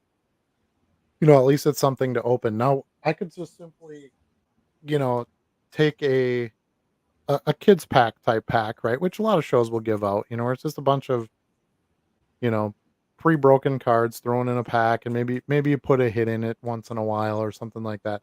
We could do Yeah. that too, but I really think part of the fun experience, especially as a kid, and when I was a kid, I loved ripping packs. Now I'm like, oh, I can't because it's too defeating. But as a kid, I just loved it. I had my $1. I couldn't buy the Michael Jordan rookie card, but I could get a pack of cards where Michael Jordan might be in it. And I think that flair, that flavor needs to stick around, especially to get kids into the hobby because that's how they're going to get started. So I really Yeah. want a true factory sealed pack that they can rip with the potential for something not huge, but just something fun in it. A big name player, you can still pull a Barry Sanders card out of it, or, yeah, I guess if we're talking baseball, you can pull an Acuna card or something like that. Yeah. Whereas, you might not get much of that in these sort of little repack things. And again, nothing wrong with doing this that way at your show. I just think we would like to give something actual retail. The other thing is, you don't have to do any of this. Like, this stuff takes work, and you need who's going to donate the cards, and then okay, so if my business donates some to the show, well, then I have to charge the show something. It it just gets more complicated than let's just buy Yeah. 2 boxes of packs for $50 and hand them out. You don't have to worry about which kid gets which pack because you don't know. They're all just sealed, True. um, company packs and stuff. Um, so I would like to try to stick with it that way. And Big League is a great product for kids. There's cool cards in there for kids. The different cartoon drawing stuff and things like that. It's a great product to give to kids anyway. But Yeah. for That this would be show, a we good did a point. football. Yeah. And we're doing mid-January, right? People start thinking about spring training coming in February, and it just makes some sense to do that. Try to pull people out of winter. We're past Christmas, we're past all that. We'll start Yep. thinking some spring and get some juices going and get some baseball packs into people's hands. Um, but in the same light, it's kind of out of baseball season, so I should be able to get some wax at a pretty good price, you Yeah. know, because it's not going to be like a new product or anything. But this last show, we did a football pack and we did a Pokemon pack. So I'm thinking we would do a baseball pack and maybe a non-sport pack would be really cool. Which Like a ones pack of went first? the football, believe it or not. I really thought the What I Pokemon thought. would, but we actually ended up with, yeah, we had 40 packs of each, and the football was totally gone, and the Pokemon we had like 12 or 13 packs left. Right. Um, but we might have even still gave out more Pokemon than was intended, but some kids might have came and the football was gone, so they took a Pokemon pack. So That it's could be. it's definitely in favor of the football, which I'm not totally surprised. We're in Green Bay. Um, Football's pretty big culture type stuff around here. But Right. I think I'd like to try to do something as different as we can each show. Obviously, at some point we're gonna have to, but I'd love to do like a soccer pack and I think it's important to do some kind of sport and then some kind of gaming card or, maybe a Yu-Gi-Oh pack or something like that. But I'm Yep. thinking we would do I really like the idea of big league. I think that's perfect to do in mid-January, and then a non-sport pack. So maybe we need to find out, like, is there a new Star Wars show coming on? Is there, try to figure out maybe what's kind of going on in January and tie a non-sport pack. Like maybe The Mandalorian is coming back on Disney Plus. Well, let's see if we can find an older box of Mandalorian cards and give Yeah. out packs of that. Because the biggest problem is obviously cost. We can't Hmm. spend $3 a pack or something like that, Right. uh, and give that out. We just, at least at this point in our show lives, we don't have the revenue to support that. Um, but yeah, so that's one of the things that I'm gonna go over with Nick when we meet with him next week. When I Good. meet with him next week. Anyway, let's see, where are we at? Wild card booth. The wild card booth thing cracks me up. Um, stick figure family. There you go. Yeah, this with the Yes, the card Stanleys, moms. right? Yeah, yeah. Let's see. Max says, as a dealer, I spent over 3K. So yes, you can come to buy and sell stuff. Very happy. That's fantastic. Yeah. I think I think that gets understated sort of with card shows. Like people need to know that they could also bring cards to the show to sell, you know? Yeah. I bought from a just an attendee at this show. I had a middle-aged, I don't want to say middle-aged man. He was a little younger than me, but um he inherited some 1970s wacky packages, sticker cards. Actually, I have here there. Had a big stack of them, and he's like, I don't.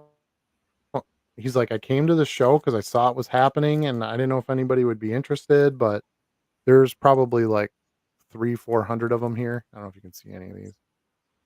Um, so there was some rat fink stuff, but most of it was like this type of stuff where it was the wacky packages, which is like advertising type stuff, Yeah. products and things like that, but then it just sort kind of Garbage Pail Kids style for products. Exactly. So this Cracola is basically, going to be based off of crayons. So it says on here, Cracola crayons, broken bland colors in every box, made from beeswax. So anyway, but these do very well. They sell very well. I buy them whenever I find them in not pretty much non-existent non-sport boxes at shows. Um, but he was walking around looking for a buyer for him, and he had looked up a few online, and he's like, I thought about selling them on eBay, and I'm just not really set up for that, and I don't have a customer base. He's like, I just really want to get these. I would like to get some money for them, and I'd like to get them to somebody who actually wants them. Because his Yeah. other fear was these had been kept in really good shape considering the age and stuff. Like corners are nice, and these are flimsy little stickers. There's Yeah. nothing on the back. And I know they're real. I've seen lots of these over my time that I know, they're not. And this kind of stuff doesn't generally get faked anyway. Um,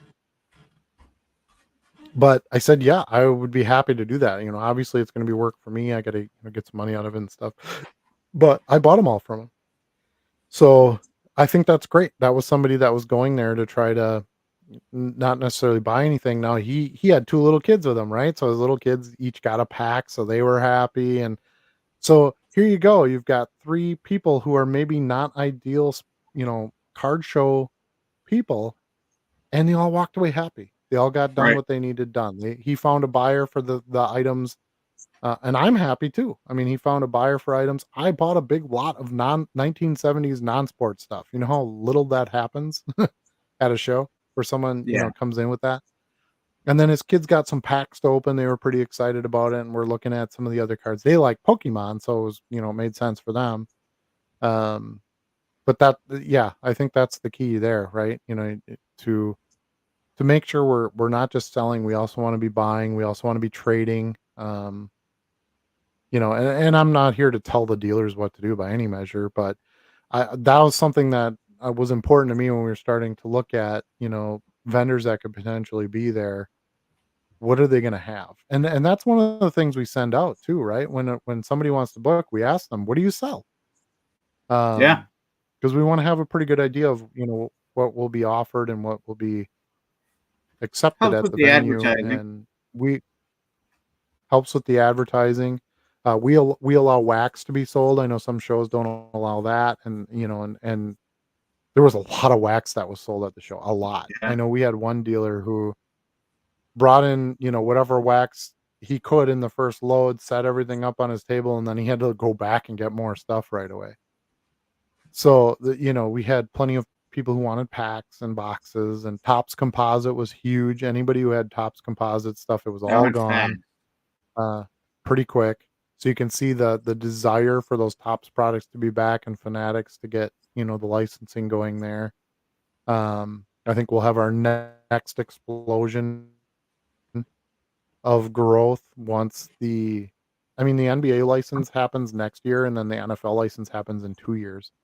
Yeah. So I think we'll see some of that next year with, like, top licensed Topps Chrome basketball and stuff, but I think once the NFL licensed Topps products comes out, I think we're gonna see another huge boom. I know a lot of Probably. collectors, and kind of myself included, that once Topps went away, they didn't buy in a lot to the Panini products because a lot of people didn't like them. I'm still not a giant fan of most of them. I like Optic and I like Select. The rest of it is kind of meh. Um, but none of them touch Topps Chrome. So, Hmm. um, and it's personal opinion, of course, but I don't know too many people who speak more highly of Panini products than they do Topps products. Yeah. I would agree with that. So, yeah. Like, I give Quality, Panini price props wise, for trying some different things, but it's kind mhm, of like they went too far with it. yeah. And then what kind of really turned me off in the last year or two is they started putting inserts out, like remakes of 90s inserts and stuff. Yeah. I'm like, "Really?" And I know they're kind of getting out of it, so they're probably like, "Well, whatever, we'll just put something out that we know will sell and, Yep. um, Empty the but barrel. empty the barrel." But having a new Topps product, even unlicensed, so here's like a Topps Chrome Barry Sanders from Composite, just this is what I want. These are the cards that I actually want. Um, I would prefer them to be licensed, as I'm sure, like, almost everybody would. But even this is better than a licensed Panini product right now, and And that some was would say evident you at our can't show. get a People were true all rookie about the card out of Composite. it. Right. So, and I sold Topps Composite stuff at the show. I had gotten a big load of stuff in, and that was pretty much it. I didn't really sell anything else. So, it was definitely a hot spot for the show. All right, let's get back to some more chat I think, here. I think we're on I think max you're at all eight. listening to me enough tonight. I'm very chatty tonight. Here we go. Yeah, the Yeah, carved out you're portion bouncing there. max. Yeah. Max says the sandwich was unreal, A plus plus. Well, I can tell you it'll be back. I told her we had just rave reviews about it, including my own. Um, it's definitely not going to go away. We're just going to be able to have a little bit more to offer, which I think will be good.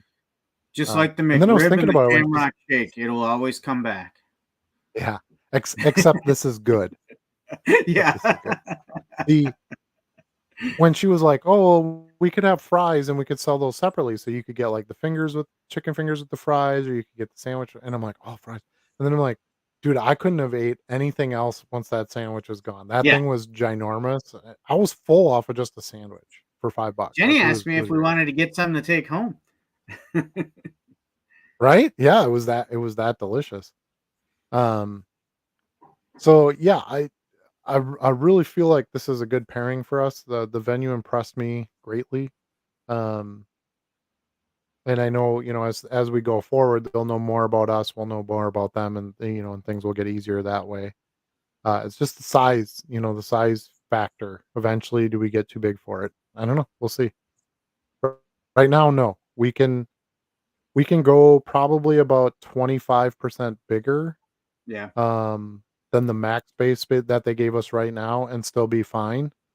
And then we have to start looking at, okay, what do we do now? Do we just keep it this size and just deny dealers? I think what would determine that is not just the amount of dealers that want to book, but what are we getting for attendance? So if if so many people are showing up that it gets hot in there and nobody can walk around, we don't really have a choice. We have to be able, because if people don't show up for the show, we're kind of SOL, or Yeah. we just do it more often.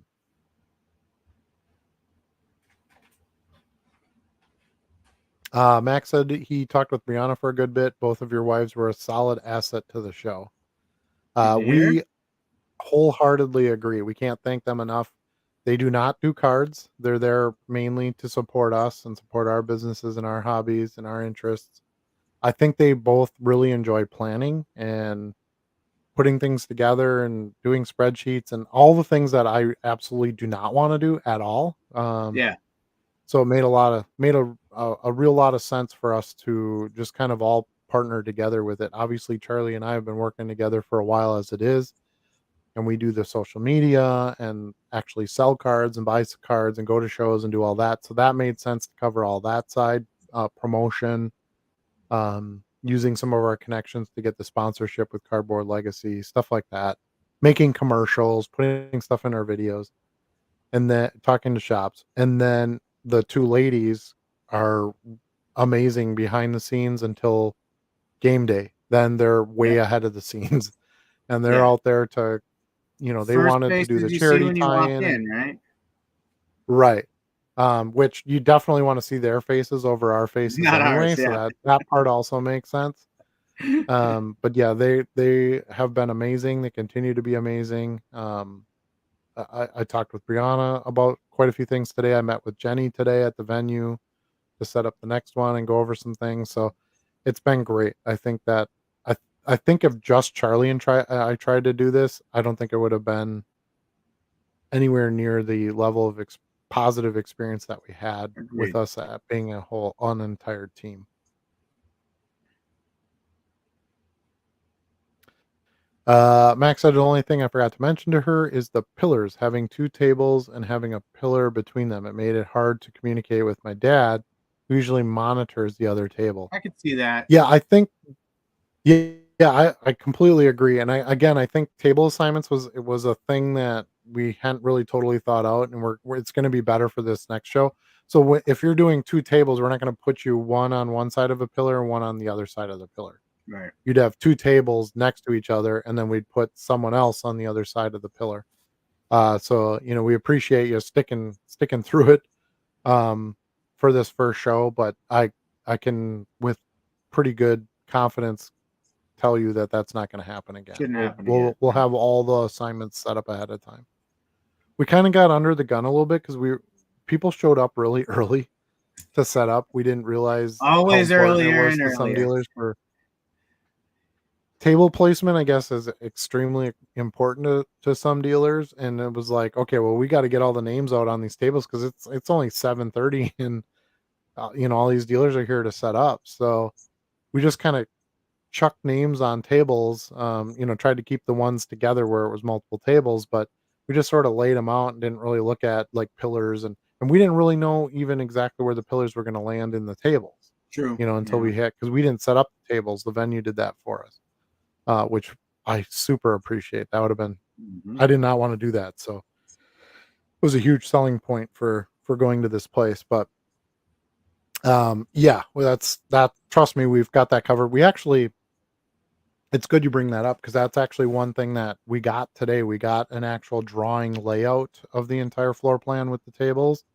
And Brianna today was working on making her own digital layout where she can now go Move to each around. table and assign it, either a number or a name or, however we want to do that. So we've already got that going for the next one. And, as soon as we have that ready and we have a couple financial things we got to take care of, before we're taking payments for the new one and stuff like that, next one and stuff. So once we have that, then, we'll start booking and you'll actually see where you're going to be and stuff. Right. The other thing is, um, yeah, and the payment processing is going to be a little bit different. There's a couple things that we're tweaking a little bit on that side. It's nothing that's super, involved for all of you, but it's something that we have to take care of on our side to make sure that, we're successful going forward. Let's see. Just put solo dealers or two table dealers there. Yeah, exactly. Yeah, it's a really easy thing to solve. Um, but yeah. Uh, FWIW. I would like my spot again. Okay. Just maybe the empty table next to me and my actual one closest to the entrance. No problem. So, just so you guys know, for any dealers that are watching in here or potential dealers that want to be part of the show, um, we will be sending a follow-up email very shortly. And again, the reason we didn't do it yet is we got a couple other things we have to finalize.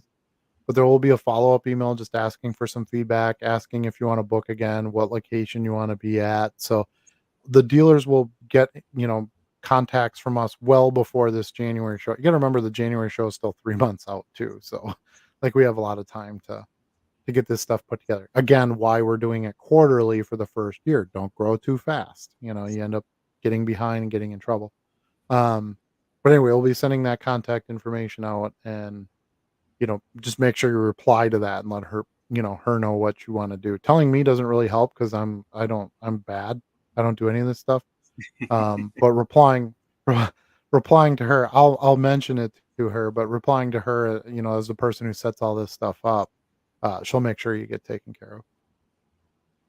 Jenny as well. I mean, Jenny does a great job with all that stuff as well. They work really well together. The airport got backed up. Yes, that's correct. Thanks for adding that, Max. Yeah, in Cleveland, the airport got really backed up, and basically the police were not happy, and they were like, "You have to do something because we got to get all these stupid cars out of here." Pretty funny. Eli is here. Hi, Eli. Hey guys, quick question. I attached some new listings to a new store category, but it isn't showing up. Is this common, or did I do something wrong? Uh, I've never had that happen actually. Um, I don't know. Have you had that happen, Charlie? So I do notice that often there is a delay of a minute or so before you see it reflected on your store, but nothing more than that. So, Eli, I guess that would be my first question. Are you looking right away after you added it, or you're still not seeing it in that category, after 15 minutes or so? If it's an extended piece of time, then I think you definitely want to look at your listing again, go in your revision and look at your categories, make sure you put it in the right spot, because it should be there by then. Yeah, I agree. I guess that's a good point. I never really go back and look at it. I just put the categories in. I have so many listings to try to dig that back out wouldn't really make sense for me anyway. But um, yeah, I mean, generally what I'll do is I'll do them in chunks. So I have all my categories Yeah. set up. I do the major sports and then I do like certain athletes. And I'll just do them in chunks. So I'll go back in and like, okay, all the Aikmans, make sure that I got them assigned to Aikman and football, for Yeah. example. So, yeah, it's not a bad idea, like, every once in a while to sort of scrape that and make sure that, that you have those categories assigned. Um, but, as far as I recall, I've never had it where it didn't put it in a category once I set it in there. Yeah. It's a pretty easy thing um it's a pretty easy task for a computer to do it. Like, you know what I mean? It's not like a Yeah. complicated thing you're trying to change in your listings so it's pretty simple for it to just throw it The right in other the thing I category. think It shouldn't about get it with that wrong. is I don't remember if initially you had to like turn categories on or off. So I'm curious, is it your first time trying to use categories or have you used them before with no problem? Um, I just don't remember if there was a first time I had to click something to make sure categories could be used. And if so, obviously you never go back to that and click it again. So I can't really Mhm. remember, but that could be a possible thing as well.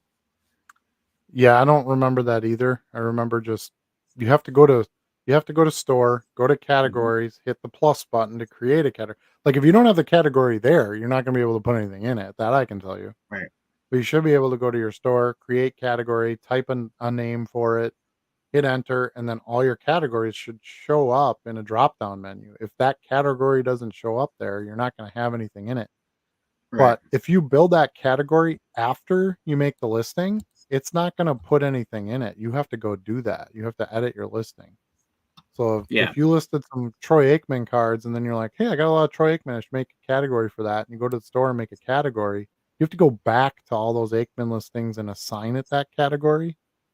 Um, so that's something too, but it sounds like you have a category built and you're putting stuff in it and it's not showing up, so Yeah, I was just gonna check a couple of my listings because I used some secondary store categories today too. I just wanted to see how they listed. See if I can spot something for you. But if I see something unusual that I'm forgetting about before the end of the show, I'll certainly call it out for you, Eli.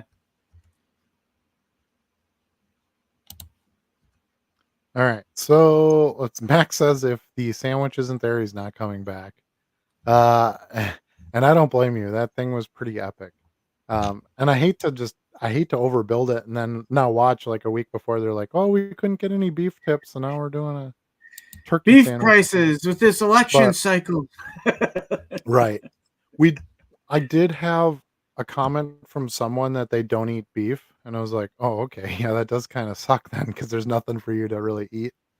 Um I don't know what else was on the menu, to be honest with you. I didn't really look at it that closely, but uh so it was like, okay, well, we need to have a chicken option, or, I don't think we have to go as far as to have like look at a gluten free and a veg, maybe if we build big enough and we have, more diverse crowd, that's something that we would want to add. But we Yeah. wanted to keep the food pretty simple. We wanted low prices, quick food. You could go over there, ask for a sandwich, and you got it in like 2 minutes. Like we want that. We don't want a big prep kitchen, and to be honest with you, I don't think they would even offer that to us. They're doing it Yeah. for us. We don't pay for the food. We don't do any of that. They cook it all, they set it all up, they sell it, they collect the money for it. So we kinda have to go a little bit with what they're able to do as well. Okay. Yeah, and Eli, just real quick, these are some cards that I listed just this afternoon after work, and it looks like the category is filled through pretty quick. You can see up here, I've got it in my Star Wars category, um, and everything filtered through appropriately. So I actually use Star Wars as a secondary store category.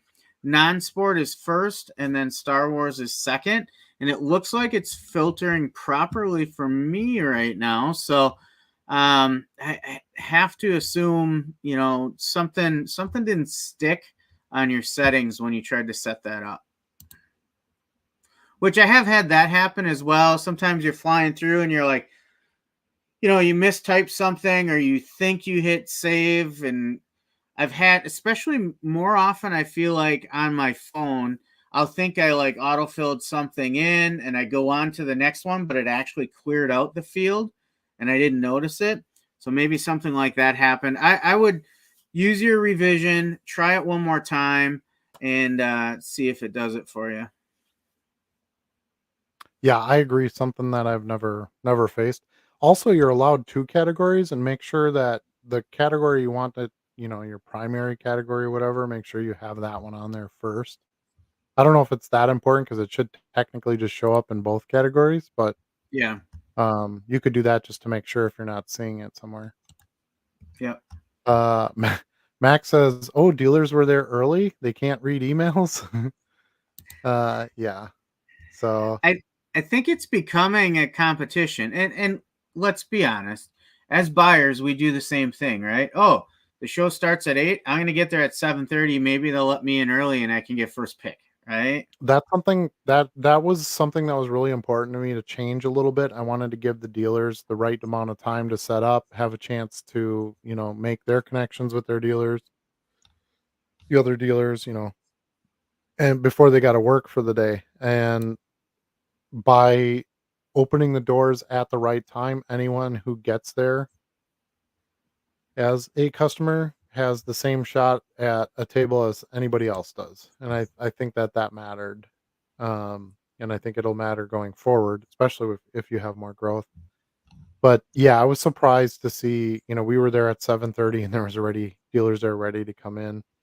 To me, table location, and maybe it's just because of what I sell, but I don't it doesn't seem as important as maybe it really is. Maybe I'm missing that mark, but it did seem like one end of the show was busier than another end of the show. Um, and I don't know. I don't know if that's just natural flow of traffic or if it was because where specific dealers were located. It's hard to say because let's say you have a dealer that has a ton of wax, right? And you put them in a prime location. Well, what happens if it's a bunch of customers that come in that don't want wax? Like it doesn't matter Yeah. then.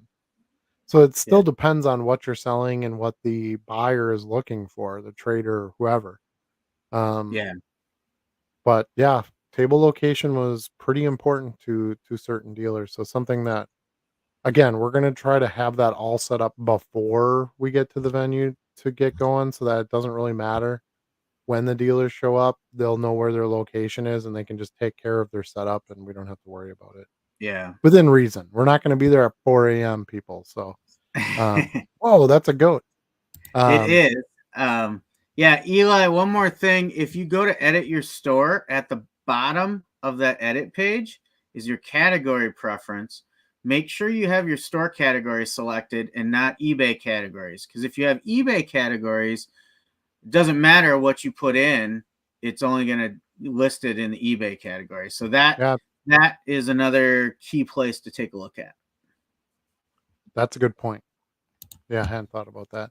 And again, something that I, had set a long, long time ago and you never Right. change it. So You never go it's hard back, to so think you kind of about lose it. sight of Yeah. it. Yeah. Max says the empty table next to him was clutch, even though there was ample space behind him. Yeah, no offense, but we hope to not have an empty table next to you in the future. But yeah, we're glad that that worked out for you, especially since, like you said, you had to kind of get split by that pillar. So we'll resolve that stuff and hopefully fill any of the tables that were left over. We had a couple of no shows, which actually isn't too bad. Um, I would say almost every show has one or two that don't show. One was prepaid, so that was a little weird, and then one was somebody who contacted us like the night before asking for a table and was going to pay at the show, and they didn't show up. So Yeah. um, You're going to get some of that. yep, you're gonna get some of that. And again, like Max said, having a table that doesn't have somebody at it isn't necessarily the worst thing. Some people can kind of like, oh, I'll set my backpack down here so I can put my Right. stuff away in it. And it kind of keeps people away from like using the dealer table as a table where an actual Mhm. dealer's at it. There is an empty table where somebody could sit and open a pack or do whatever. I do that Not all the not time the at shows. yeah, it's not the worst case scenario. But obviously, we want to fill as many tables as we can. That's super definitely a goal. Yeah. Ultimately, though, you four should be very happy and very proud. Great experience as a dealer for a first time show. Exceeded my expectations. Coming from you, Very Max, nice. that's amazing because I know you would not fluff us up if it wasn't good, you would tell us it wasn't good. So You I wouldn't I mince take words. that. No, and I appreciate that. Some people don't like that kind of um personality type, I guess, is the best way to put it. I love it because I don't want all that. I want you to tell me what was good and what was bad. That's the only way we can make it better or keep Right. it, good. Um, so yeah, I love it. And Matt here says the same thing. Make sure your store categories is not eBay. So yeah, good job, Matt. Thanks for pointing that out too. Uh Eli says thanks. So far it's been 15 minutes. Check my listing and it's set up correctly. Not sure what's going on. Okay. Yeah, go back and look, make sure that your store categories is clicked and not the eBay categories, like Matt and Charlie here had pointed out. And then let us know from there if you're still having the problem. I don't know. I don't know where to go from there. Uh, That's a little much to ask for a menu at a card show, says Max. Yeah. Now, this you have to remember this place serves food. Like Yeah. that's a big part of what they do. So I was pretty confident that we could get something good out of them. Um, and they definitely have like fryers and they have the equipment and everything there to put out a decent menu. But I didn't want to make it real complicated either because I wanted it to be fast. I think that was more my concern than like what the food was going to be. I didn't want them to have to run back there and prepare a bunch of stuff that's just you're right, that doesn't fit for a card show. So, yeah, if they can have some chicken fingers they can throw in real quick and have those ready to go, that'd be great. Um, but remember that takes some time too. Like the Yeah. beef tips, you can basically just have a big pot of beef tips and someone gets one, you just scoop it out and put it on the bun and you're done. Chicken fingers, you probably don't want those all cooked ahead of time. That wouldn't go over very well, or fries. So they're gonna have to, make a couple batches, and if that runs out and somebody wants some chicken bites, you might have to wait, 5 minutes or whatever it takes to fry some more up. So I think that's reasonable with a few menu items, but yeah, we don't want a giant menu. So, Right. but it did seem a little slim. It didn't. We do have a lot of people of different um tastes that are coming to the show, dealers that are at the show. It's good to have something more than just beef tips. That was just not enough. So, Yeah. Yeah. but chicken fingers, fries, a cheese curd, some kind of a snacky finger thing, that should be more than plenty. I think that will round us out. I don't want to have fancy salads and side dishes like that doesn't make sense. Um, but yeah, one or two more menu items will that should put it right on. Yep. Probably just wanted to tell you they were a vegan. Well, and that's true too. If you're a vegan, you can get coffee. Uh, I don't think we're gonna add a vegan menu at this point. That doesn't really make sense. There there has to be enough demand to do something like that. And we didn't hear that that was something that we would need to do. The bigger the show gets, the more options you have to offer to some Yeah. degree. Because the wider you expand that your audience, the more they're gonna want different things. Um, but yeah, that I don't see that happening anytime soon. We would have to add something like that. It would be Max says much easier if everybody was just forward with their thoughts. Don't ask my opinion if you don't want it. It's true. That's true. Yep. I think people want to hear what they want to hear a lot of times and don't want to hear what the other person actually thinks. I would agree with that. Max says, "Tell Maria I'm leaving space in my vehicle for the Nesco next show. Expect expect it no less than half full. I'll bring an empty to swap." Okay, I'll let her know. Um, yeah, it was funny. That was like the first thing that Jenny said when she got there was like the food, and then because I got there late, because again I'm Adam. So I joined them, when they're already in the meeting, and I'm like, "Dude, the food was amazing," and they just started laughing, like, "Yeah, that's whatever." That was like the first thing was the food. You Um, know, you know what you I'd know like if they could do? Shucked Mexican street corn. oh, That that would would be be amazing, amazing. right? Or, like, some sort of, like, true Mexican taco Yeah. or, Yeah. like an Because those enchilada would be thing or pretty something. simple to do, It prep would, and, yeah. keep warm. We'll Mhm. think about the menu a little bit. They definitely have skill. They definitely know what they're doing, so I think we could add something. You know what's funny about this whole thing, Charlie? And Max is straightforward with us. I'm gonna be straightforward with him. Who was Mm. the guy last week who has said, "Who cares about food? I never eat at the show." Do you remember who that Hmm. was? Who could that have been? Right. He points that out now in his next comment. But yeah, so see if you can get good food, there is a reason to have good food at things. It will make you feel good. It puts you in the right mood and it keeps you moving. And So I think um what Matt would probably or Max would probably tell us next, and I don't necessarily want to speak for him, but as a dealer, it's not a deal breaker or a plus to him if a venue has food or not. But if the venue has good food, it sure is nice. yes. It's funny because I could see a show at some point where somebody comes in and they're like, "Yeah, I'm just here for that awesome beef tip sandwich," and then I'm out the door, you know, because they had it last time, and they're like, "I can't wait to go back to that card show so I can get that There's sandwich." one card I'm Um, here looking for, and the beef yeah, tips. we'll we'll have like we'll have 3 people at the dealer tables and then like 35 people in line for a sandwich, you know. Um, so yeah, an okay problem to have, but yeah, think I think I think we did a good job. I think we got what we wanted out of the first show. I think the venue did a good job. I think the dealers did a great job. I think the people who attended it had a good time and did a good job, you know, bringing different types of cards and buying different Yeah, types of cards. Um, we had families, we had single people, we had, like I said, elderly people, we had younger kids that are, you know, um, putting in the work in the hobby, if you will, you know, trading yeah, up and doing that kind of thing. I think it was great. I think it was exactly it to some degree, it was what I was expecting in the first show. You know, my high hopes expectations, I think, were met, and we got what we wanted. But it also leaves some room to do something going forward. yeah. I'm chuckling because I'm rethinking the experience in my head, and one of my favorite moments in the day. In addition to my dime boxes, I had a few nicer cards there set up as well. And there was a gentleman with his two boys there that was going through the dime boxes, but then they started eyeing up the nicer cards, and this young kid said to me, he goes, "How much you want for that Anthony Richardson? It's got two of my favorite things, dinosaurs and Anthony Richardson." And he bought it.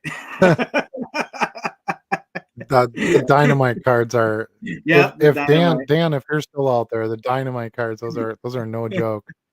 Um, especially with Farv in 'em now. Yeah, For me, that matters. Yeah, I think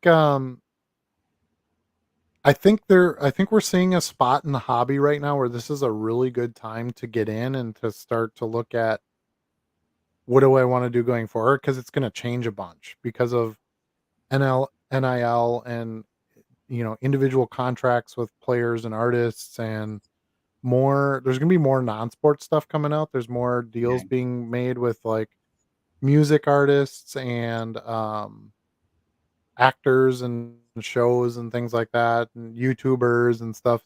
So I really think that this is, if you're looking to get in and you're looking to try to find a spot in the hobby where there's going to be some evolution to it, I think we're almost there.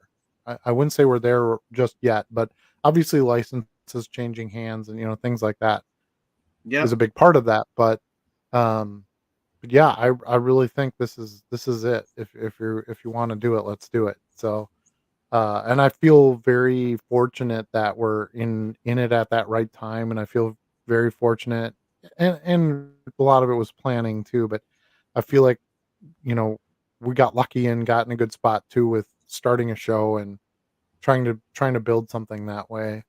Um, you know, as the hobby grows, I see sports cards being in more stores, and not in every gas station like we had in the early 90s with the junk pack stuff, but just being there's gonna be a lot more exposure to it, more commercials, and, you know, I mean, look at Fanatics Fest, right? I mean, you had Jay-Z there, and yep, Tom Brady was there, and Tom Brady signed cards in this composite set. Tom Brady hasn't done an autograph card in a set in forever. Um, a lot of those upper deck contracts are getting sidetracked, I guess that's how I'm gonna put it. You know, LeBron got out of his, and now he's gonna be able to sign stuff with new Tops products, and so I think we're gonna see a lot more coming in and being available and being accessible, especially through Fanatics and their abilities and connections. That I think the hobby's gonna get another level of excitement. yeah, So I'm yeah, really looking forward to that. And that's on the sports card side. Pokemon, I don't follow it a whole lot. I want to start doing more Pokemon. I bought a little bit here and there, and I've had success with it. So um, I'm sure there's great things coming for that game as well. It's the popularity of it has just keeps going up. I see more and more dealers at shows doing Pokemon. Even even dealers that were like straight sports cards, like have a little Pokemon or a little Yu-Gi-Oh or a little Star Wars or something, which you didn't see for a long time. And so I'd like to see some more non-sport growing. One of the reasons why I want to make sure when we're giving out packs for free, I want to have a non-sport option. There's no reason a kid who comes that loves Star Wars shouldn't get a pack of cards. Shouldn't have to Sure. love hockey or shouldn't have to love baseball. Um, Consequently, a kid shouldn't have to love Star Wars. There should be sports cards there too. If you Yeah. follow sports or both, you can like both, of course, and then great, you got a choice. Now you can just pick which one you really want more than the other one. But I think that's going to be important is to make sure that we can take this entire hobby, all the different cards, cardboard hobbies, and make that available to anybody who wants to participate in it.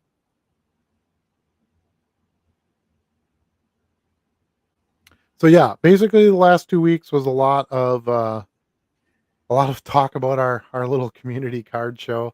You can see we're very excited about it. We're very pleased with the results of it and looking forward to the future of it. Um, we will not make it the main focus of every show for sure.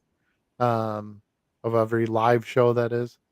But I think it was important to kind of go over what it takes to get one going and the anticipation of the first show and then geez, how did it actually go?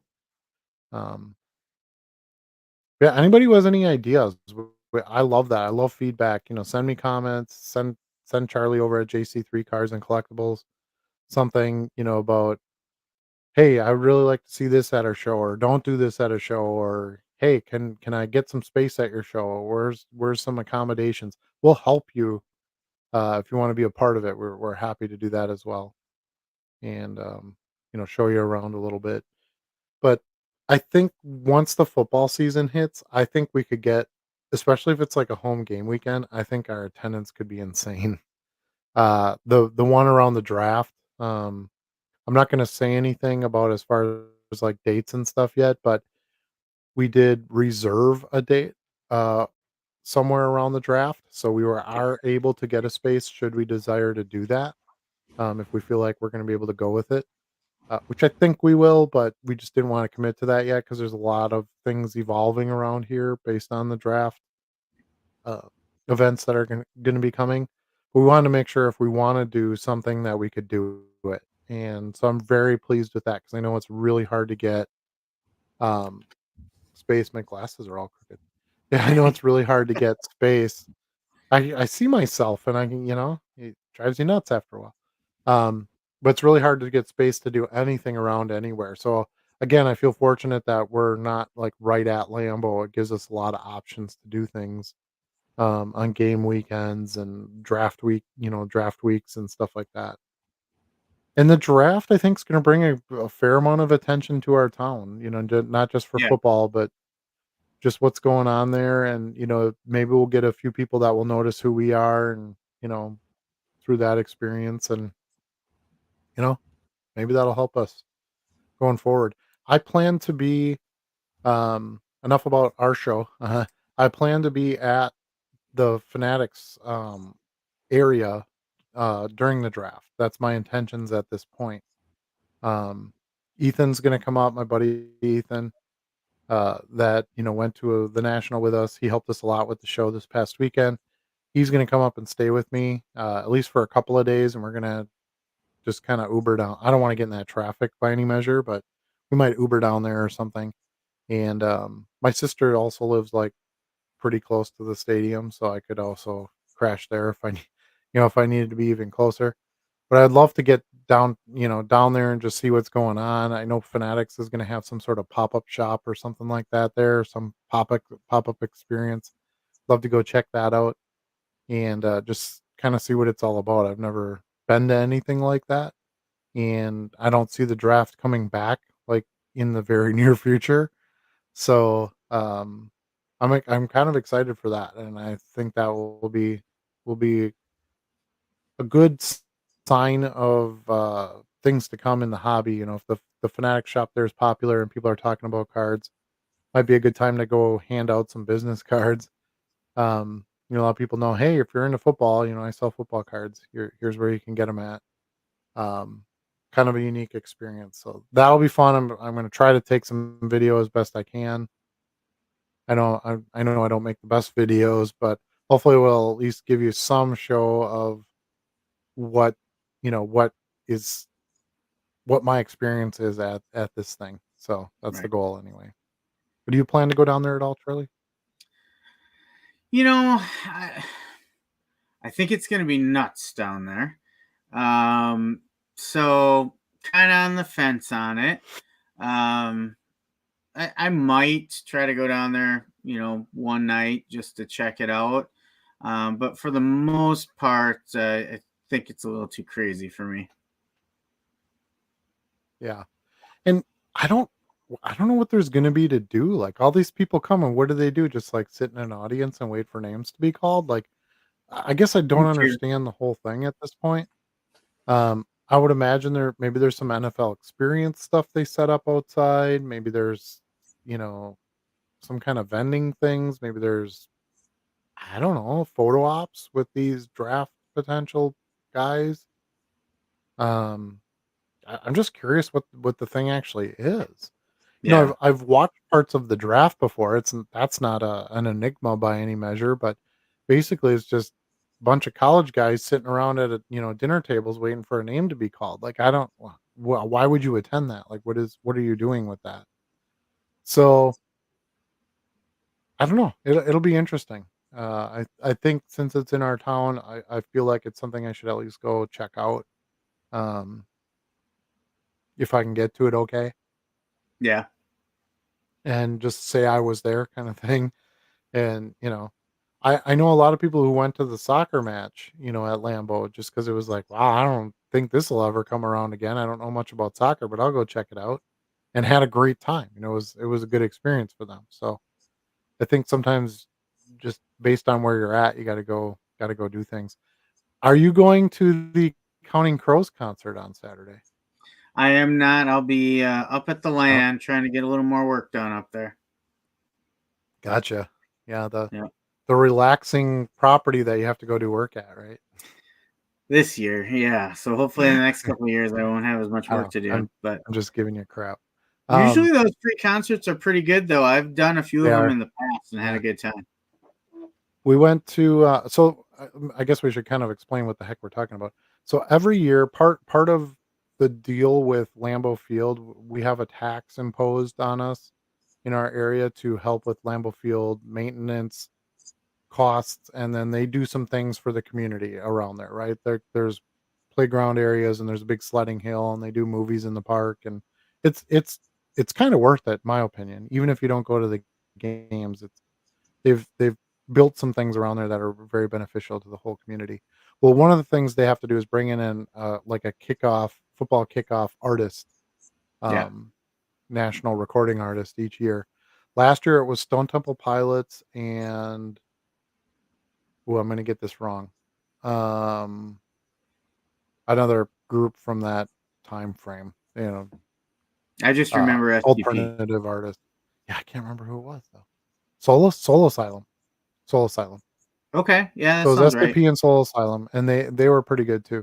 This time it's Counting Crows, and as far as I know, they don't have an opener, which is kind of weird. But um, so we're gonna go check that out on Saturday night. It's basically in the Lambeau Field parking lot. You just kind of go stand around. And then we go have Crolls after. That's the real reward.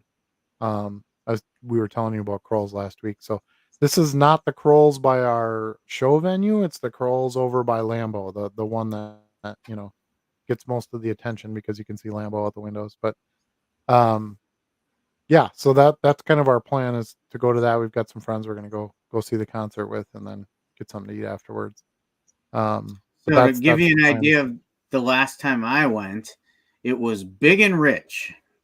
And it Oh was yeah, see, it was a party atmosphere with them. That was really fun. yeah, they had a rap artist a couple years ago. Yep. I can't remember who it was. Yeah, they did Big and Rich. They had Kid Rock one year. Yeah, I think they did. Um, Yeah. yeah. So, and I wouldn't go to Big and Rich. I'm not interested in that's not my thing, but it's good It though that was they change who the artists are too. Try yeah. to get Yeah. something for everybody, and change it up a little bit. But another '90s artist, this year with Black Counting Crows. I almost said Yep. Black Crows. Totally different band. Totally different. Different group of crows.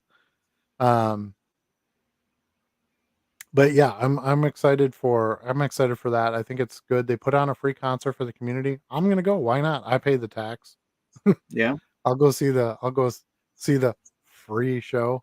Um, but we really You enjoyed prepaid. ourselves last year. Yeah, prepaid. Um, yeah, I paid my admission, over an entire year spans, little chunks at a time. But yeah, so that'll be fun. I'm glad we're not doing our show this weekend, Yes. with that being there and then the opening day stuff.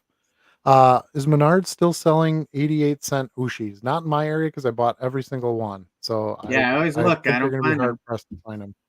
Yeah. Max says, 2-hour ride home. Otherwise, I'd order a few several to take home. Next time, come prepared. Get one of those like pizza heating bags, and then you can just have them. I'm sure they'd wrap them up for you. Have them make a few sandwiches, wrap them up. You can take a load of them home. I'm sure they'd be happy to sell them. Let's see. Oh, we did that already. Which one of you bought Bo's card off of eBay? Not me. I'm happy for It wasn't Bo. me I'm either. glad he sold it and he made some money off of it. But yeah, that's not my thing. I don't buy that kind of stuff. But um, Last I saw it was I going for did like I did see him. 157. Yeah, I don't know. Good if you really wanted it. That's awesome. Like I Yeah. said, I'm happy for Bo. But yeah, that's not my thing. I wouldn't sign my cards and sell them. I did that I don't know if I have one around here. We're just gonna because I do have my own trading cards. So when I did the Star Wars costuming and stuff, we would make trading cards. I'd sign them and send them out and stuff. So it is kind of fun. It's fun to have a card of yourself. That's a pretty cool experience. And his is an actual like Topps license card, so that makes it even cooler. Is that a Brown County tax? Is it for the whole I think county or so. is it just Green Bay, Yeah. like a I Green Bay think thing? it's the whole Because it's the county. sales tax, right? Yeah. Yeah, it's a 0.5% sales tax that's added on top. It used to be a 5% tax. Now we're at 5.5. Um, and that extra bit goes to basically the Packers organization, but they have a responsibility in order to continue getting the money. They have to, first of all, continue to do work on the property, which I'm sure they'll always find something to do. And then the rest of it has to be um, kind of spent equally between like some sort of community development stuff and then their work that they do to make sure that the team stays there. So again, for something for those who maybe don't know, but the Packers are not they're privately owned, right? So it's like a shareholder group. Yeah.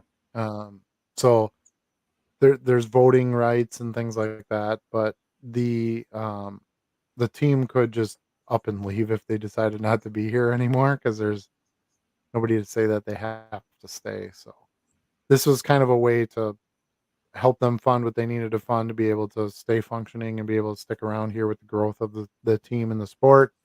And then also make sure that because the community area there, it's funny when you think about what it looked like I don't even know how long ago that was now, 7 or 10 years ago when it was like an old busted up Kmart there and then like a Yeah.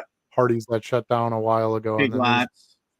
old crappy parking lots and yeah, it was nothing, and now it's like high rise expensive condos in one area and then an entire like practice field area that you can go on in as the public and a bunch of playground stuff and outdoor table tennis courts you can play on whenever you want and then like I Yeah. said the big snow hill and they have a concessions area every Christmas season they put a laser show on Lambeau Field, the outside of the Lambeau Field building stadium, and it's a like a Christmas show with music and sounds and lasers and stuff. You take your kids to, and so it's pretty cool. It's pretty cool what they've been able to do. So I'm a fan of it. Would you buy it if it had been Brett Favre signed? Yes, because well, I mean potentially, but I'm a fan of Brett Favre's. I like Bo. I think Bo's a very nice person, but I don't necessarily want his autograph. Um, Whereas Brett Favre, I was a big fan of his for a lot of years and really enjoyed watching him play. That would be I would and I do have some Favre signed stuff for sure. I have some cards and I have a jersey. Actually, it's in this box right here. I still haven't gotten it framed and put up. But I really wanted, and people around here would be mad because I decided to get a Falcons one. I really wanted a Falcons jersey. So I've got this, and then it's signed back here. I got to go this way. Can you see that? Yep, See on the the auto? floor. Yeah. Yeah, and then it's got the Brett Favre hologram authenticated logo on there. So yeah, I like. I have a few Favre autograph pieces. But if you're a fan of something of somebody or something, that makes a lot of sense, right? But I don't see props to Bo. I don't see Topps making a card of me anytime soon. So he pulled off something pretty cool. He's a good promoter for sure, and Yeah. got Topps to take notice. So that's pretty sweet.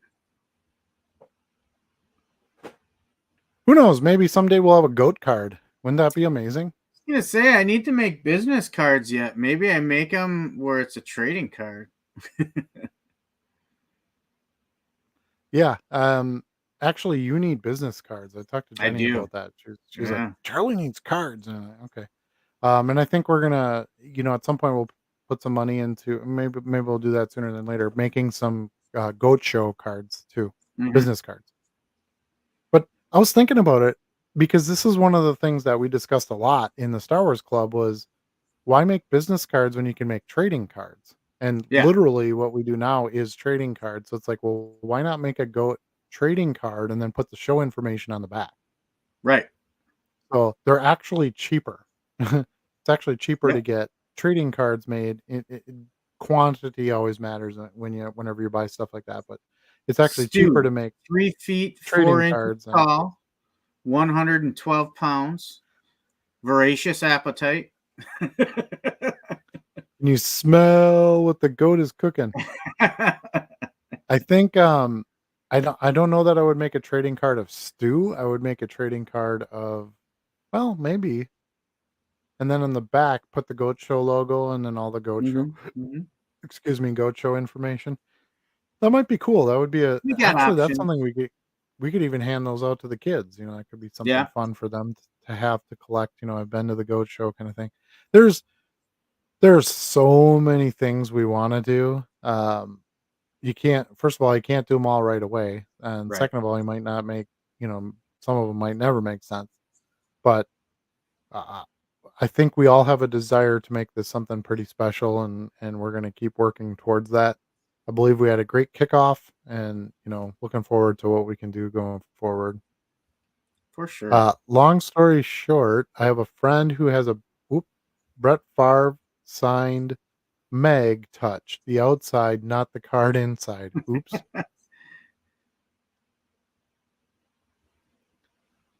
If Tops was smart, they should. I agree. They should make a card of us. Why not? Come on. I need you guys to all write the Tops and be like, "Hey, we want a goat show card. Uh, let's do it." It. You don't even need me and Charlie on it. Like we're nothing to look at, but you can put that screaming goat on there, and I would imagine that thing would take off. We'd have a lot of interest in that. I don't know if they even still do that. I know years ago I made a card of Jenny for her Mother's Day present. The Ah, that's right. boys Yeah. and I made a card. Yeah. But I feel like I don't know. Sometime last year, I feel like I went out there to see if they still do that, and it was temporarily suspended or something like that. Oh, maybe not enough interest in it. I know it's Yeah. a little bit expensive too. You're definitely not going to Yeah. want to do that like quantity or anything. Right. Um, but yeah, I mean, we got to get eventually we're going to need business cards anyway for the show. Let's just do a trading card and be done with it. And that Yeah. seems to make more sense. I think people, and Brian's got his comment here. I wonder why people wouldn't have trading cards instead of business cards. They don't fit in a wallet. That's pretty much the simplest way to answer your question. People make business cards because they can slide easily in and out of a purse compartment or a wallet or whatever. Trading cards are not as um, adaptable that way to any sort of device where you would stick a card. Um, but yeah, I have business cards for that exact reason because they're that long, slender card you can fit in a pocket. Um, this will not fit in my wallet. So, Just crease but I it. think if you're handing them out, I think if you're, huh? Just crease it. Just just trim it. Ooh, ooh. Um, but I think if we're doing them specifically for the show or something, that could be fun to have it be an actual trading card. And you Yeah. could have Stu sign a few. That could be fun. I Um, liked your so that's idea something we'll of look at. having some trading cards available up, at the table when you come in. But then also having a stack of regular business cards as well. Yeah, I think you kind of have to have both. Yeah. So, and I've made tons of trading cards over my years too. So I already have a company that I use for that. Great pricing, good quality. Um, so I'm sure that's something we can take care of at a future time as well. All right, my battery is down to 10%, so that Uh-oh. means it's time to end the show. Yeah. Um, all right, do you have any parting thoughts? I do. So by popular demand, I am working on a liquidity list for soccer that I anticipate releasing Monday if you're interested in that. So watch for Yep, that. But yep. until then, peace out. Take care of each other. Remember, you can't sell what you don't list. See y'all.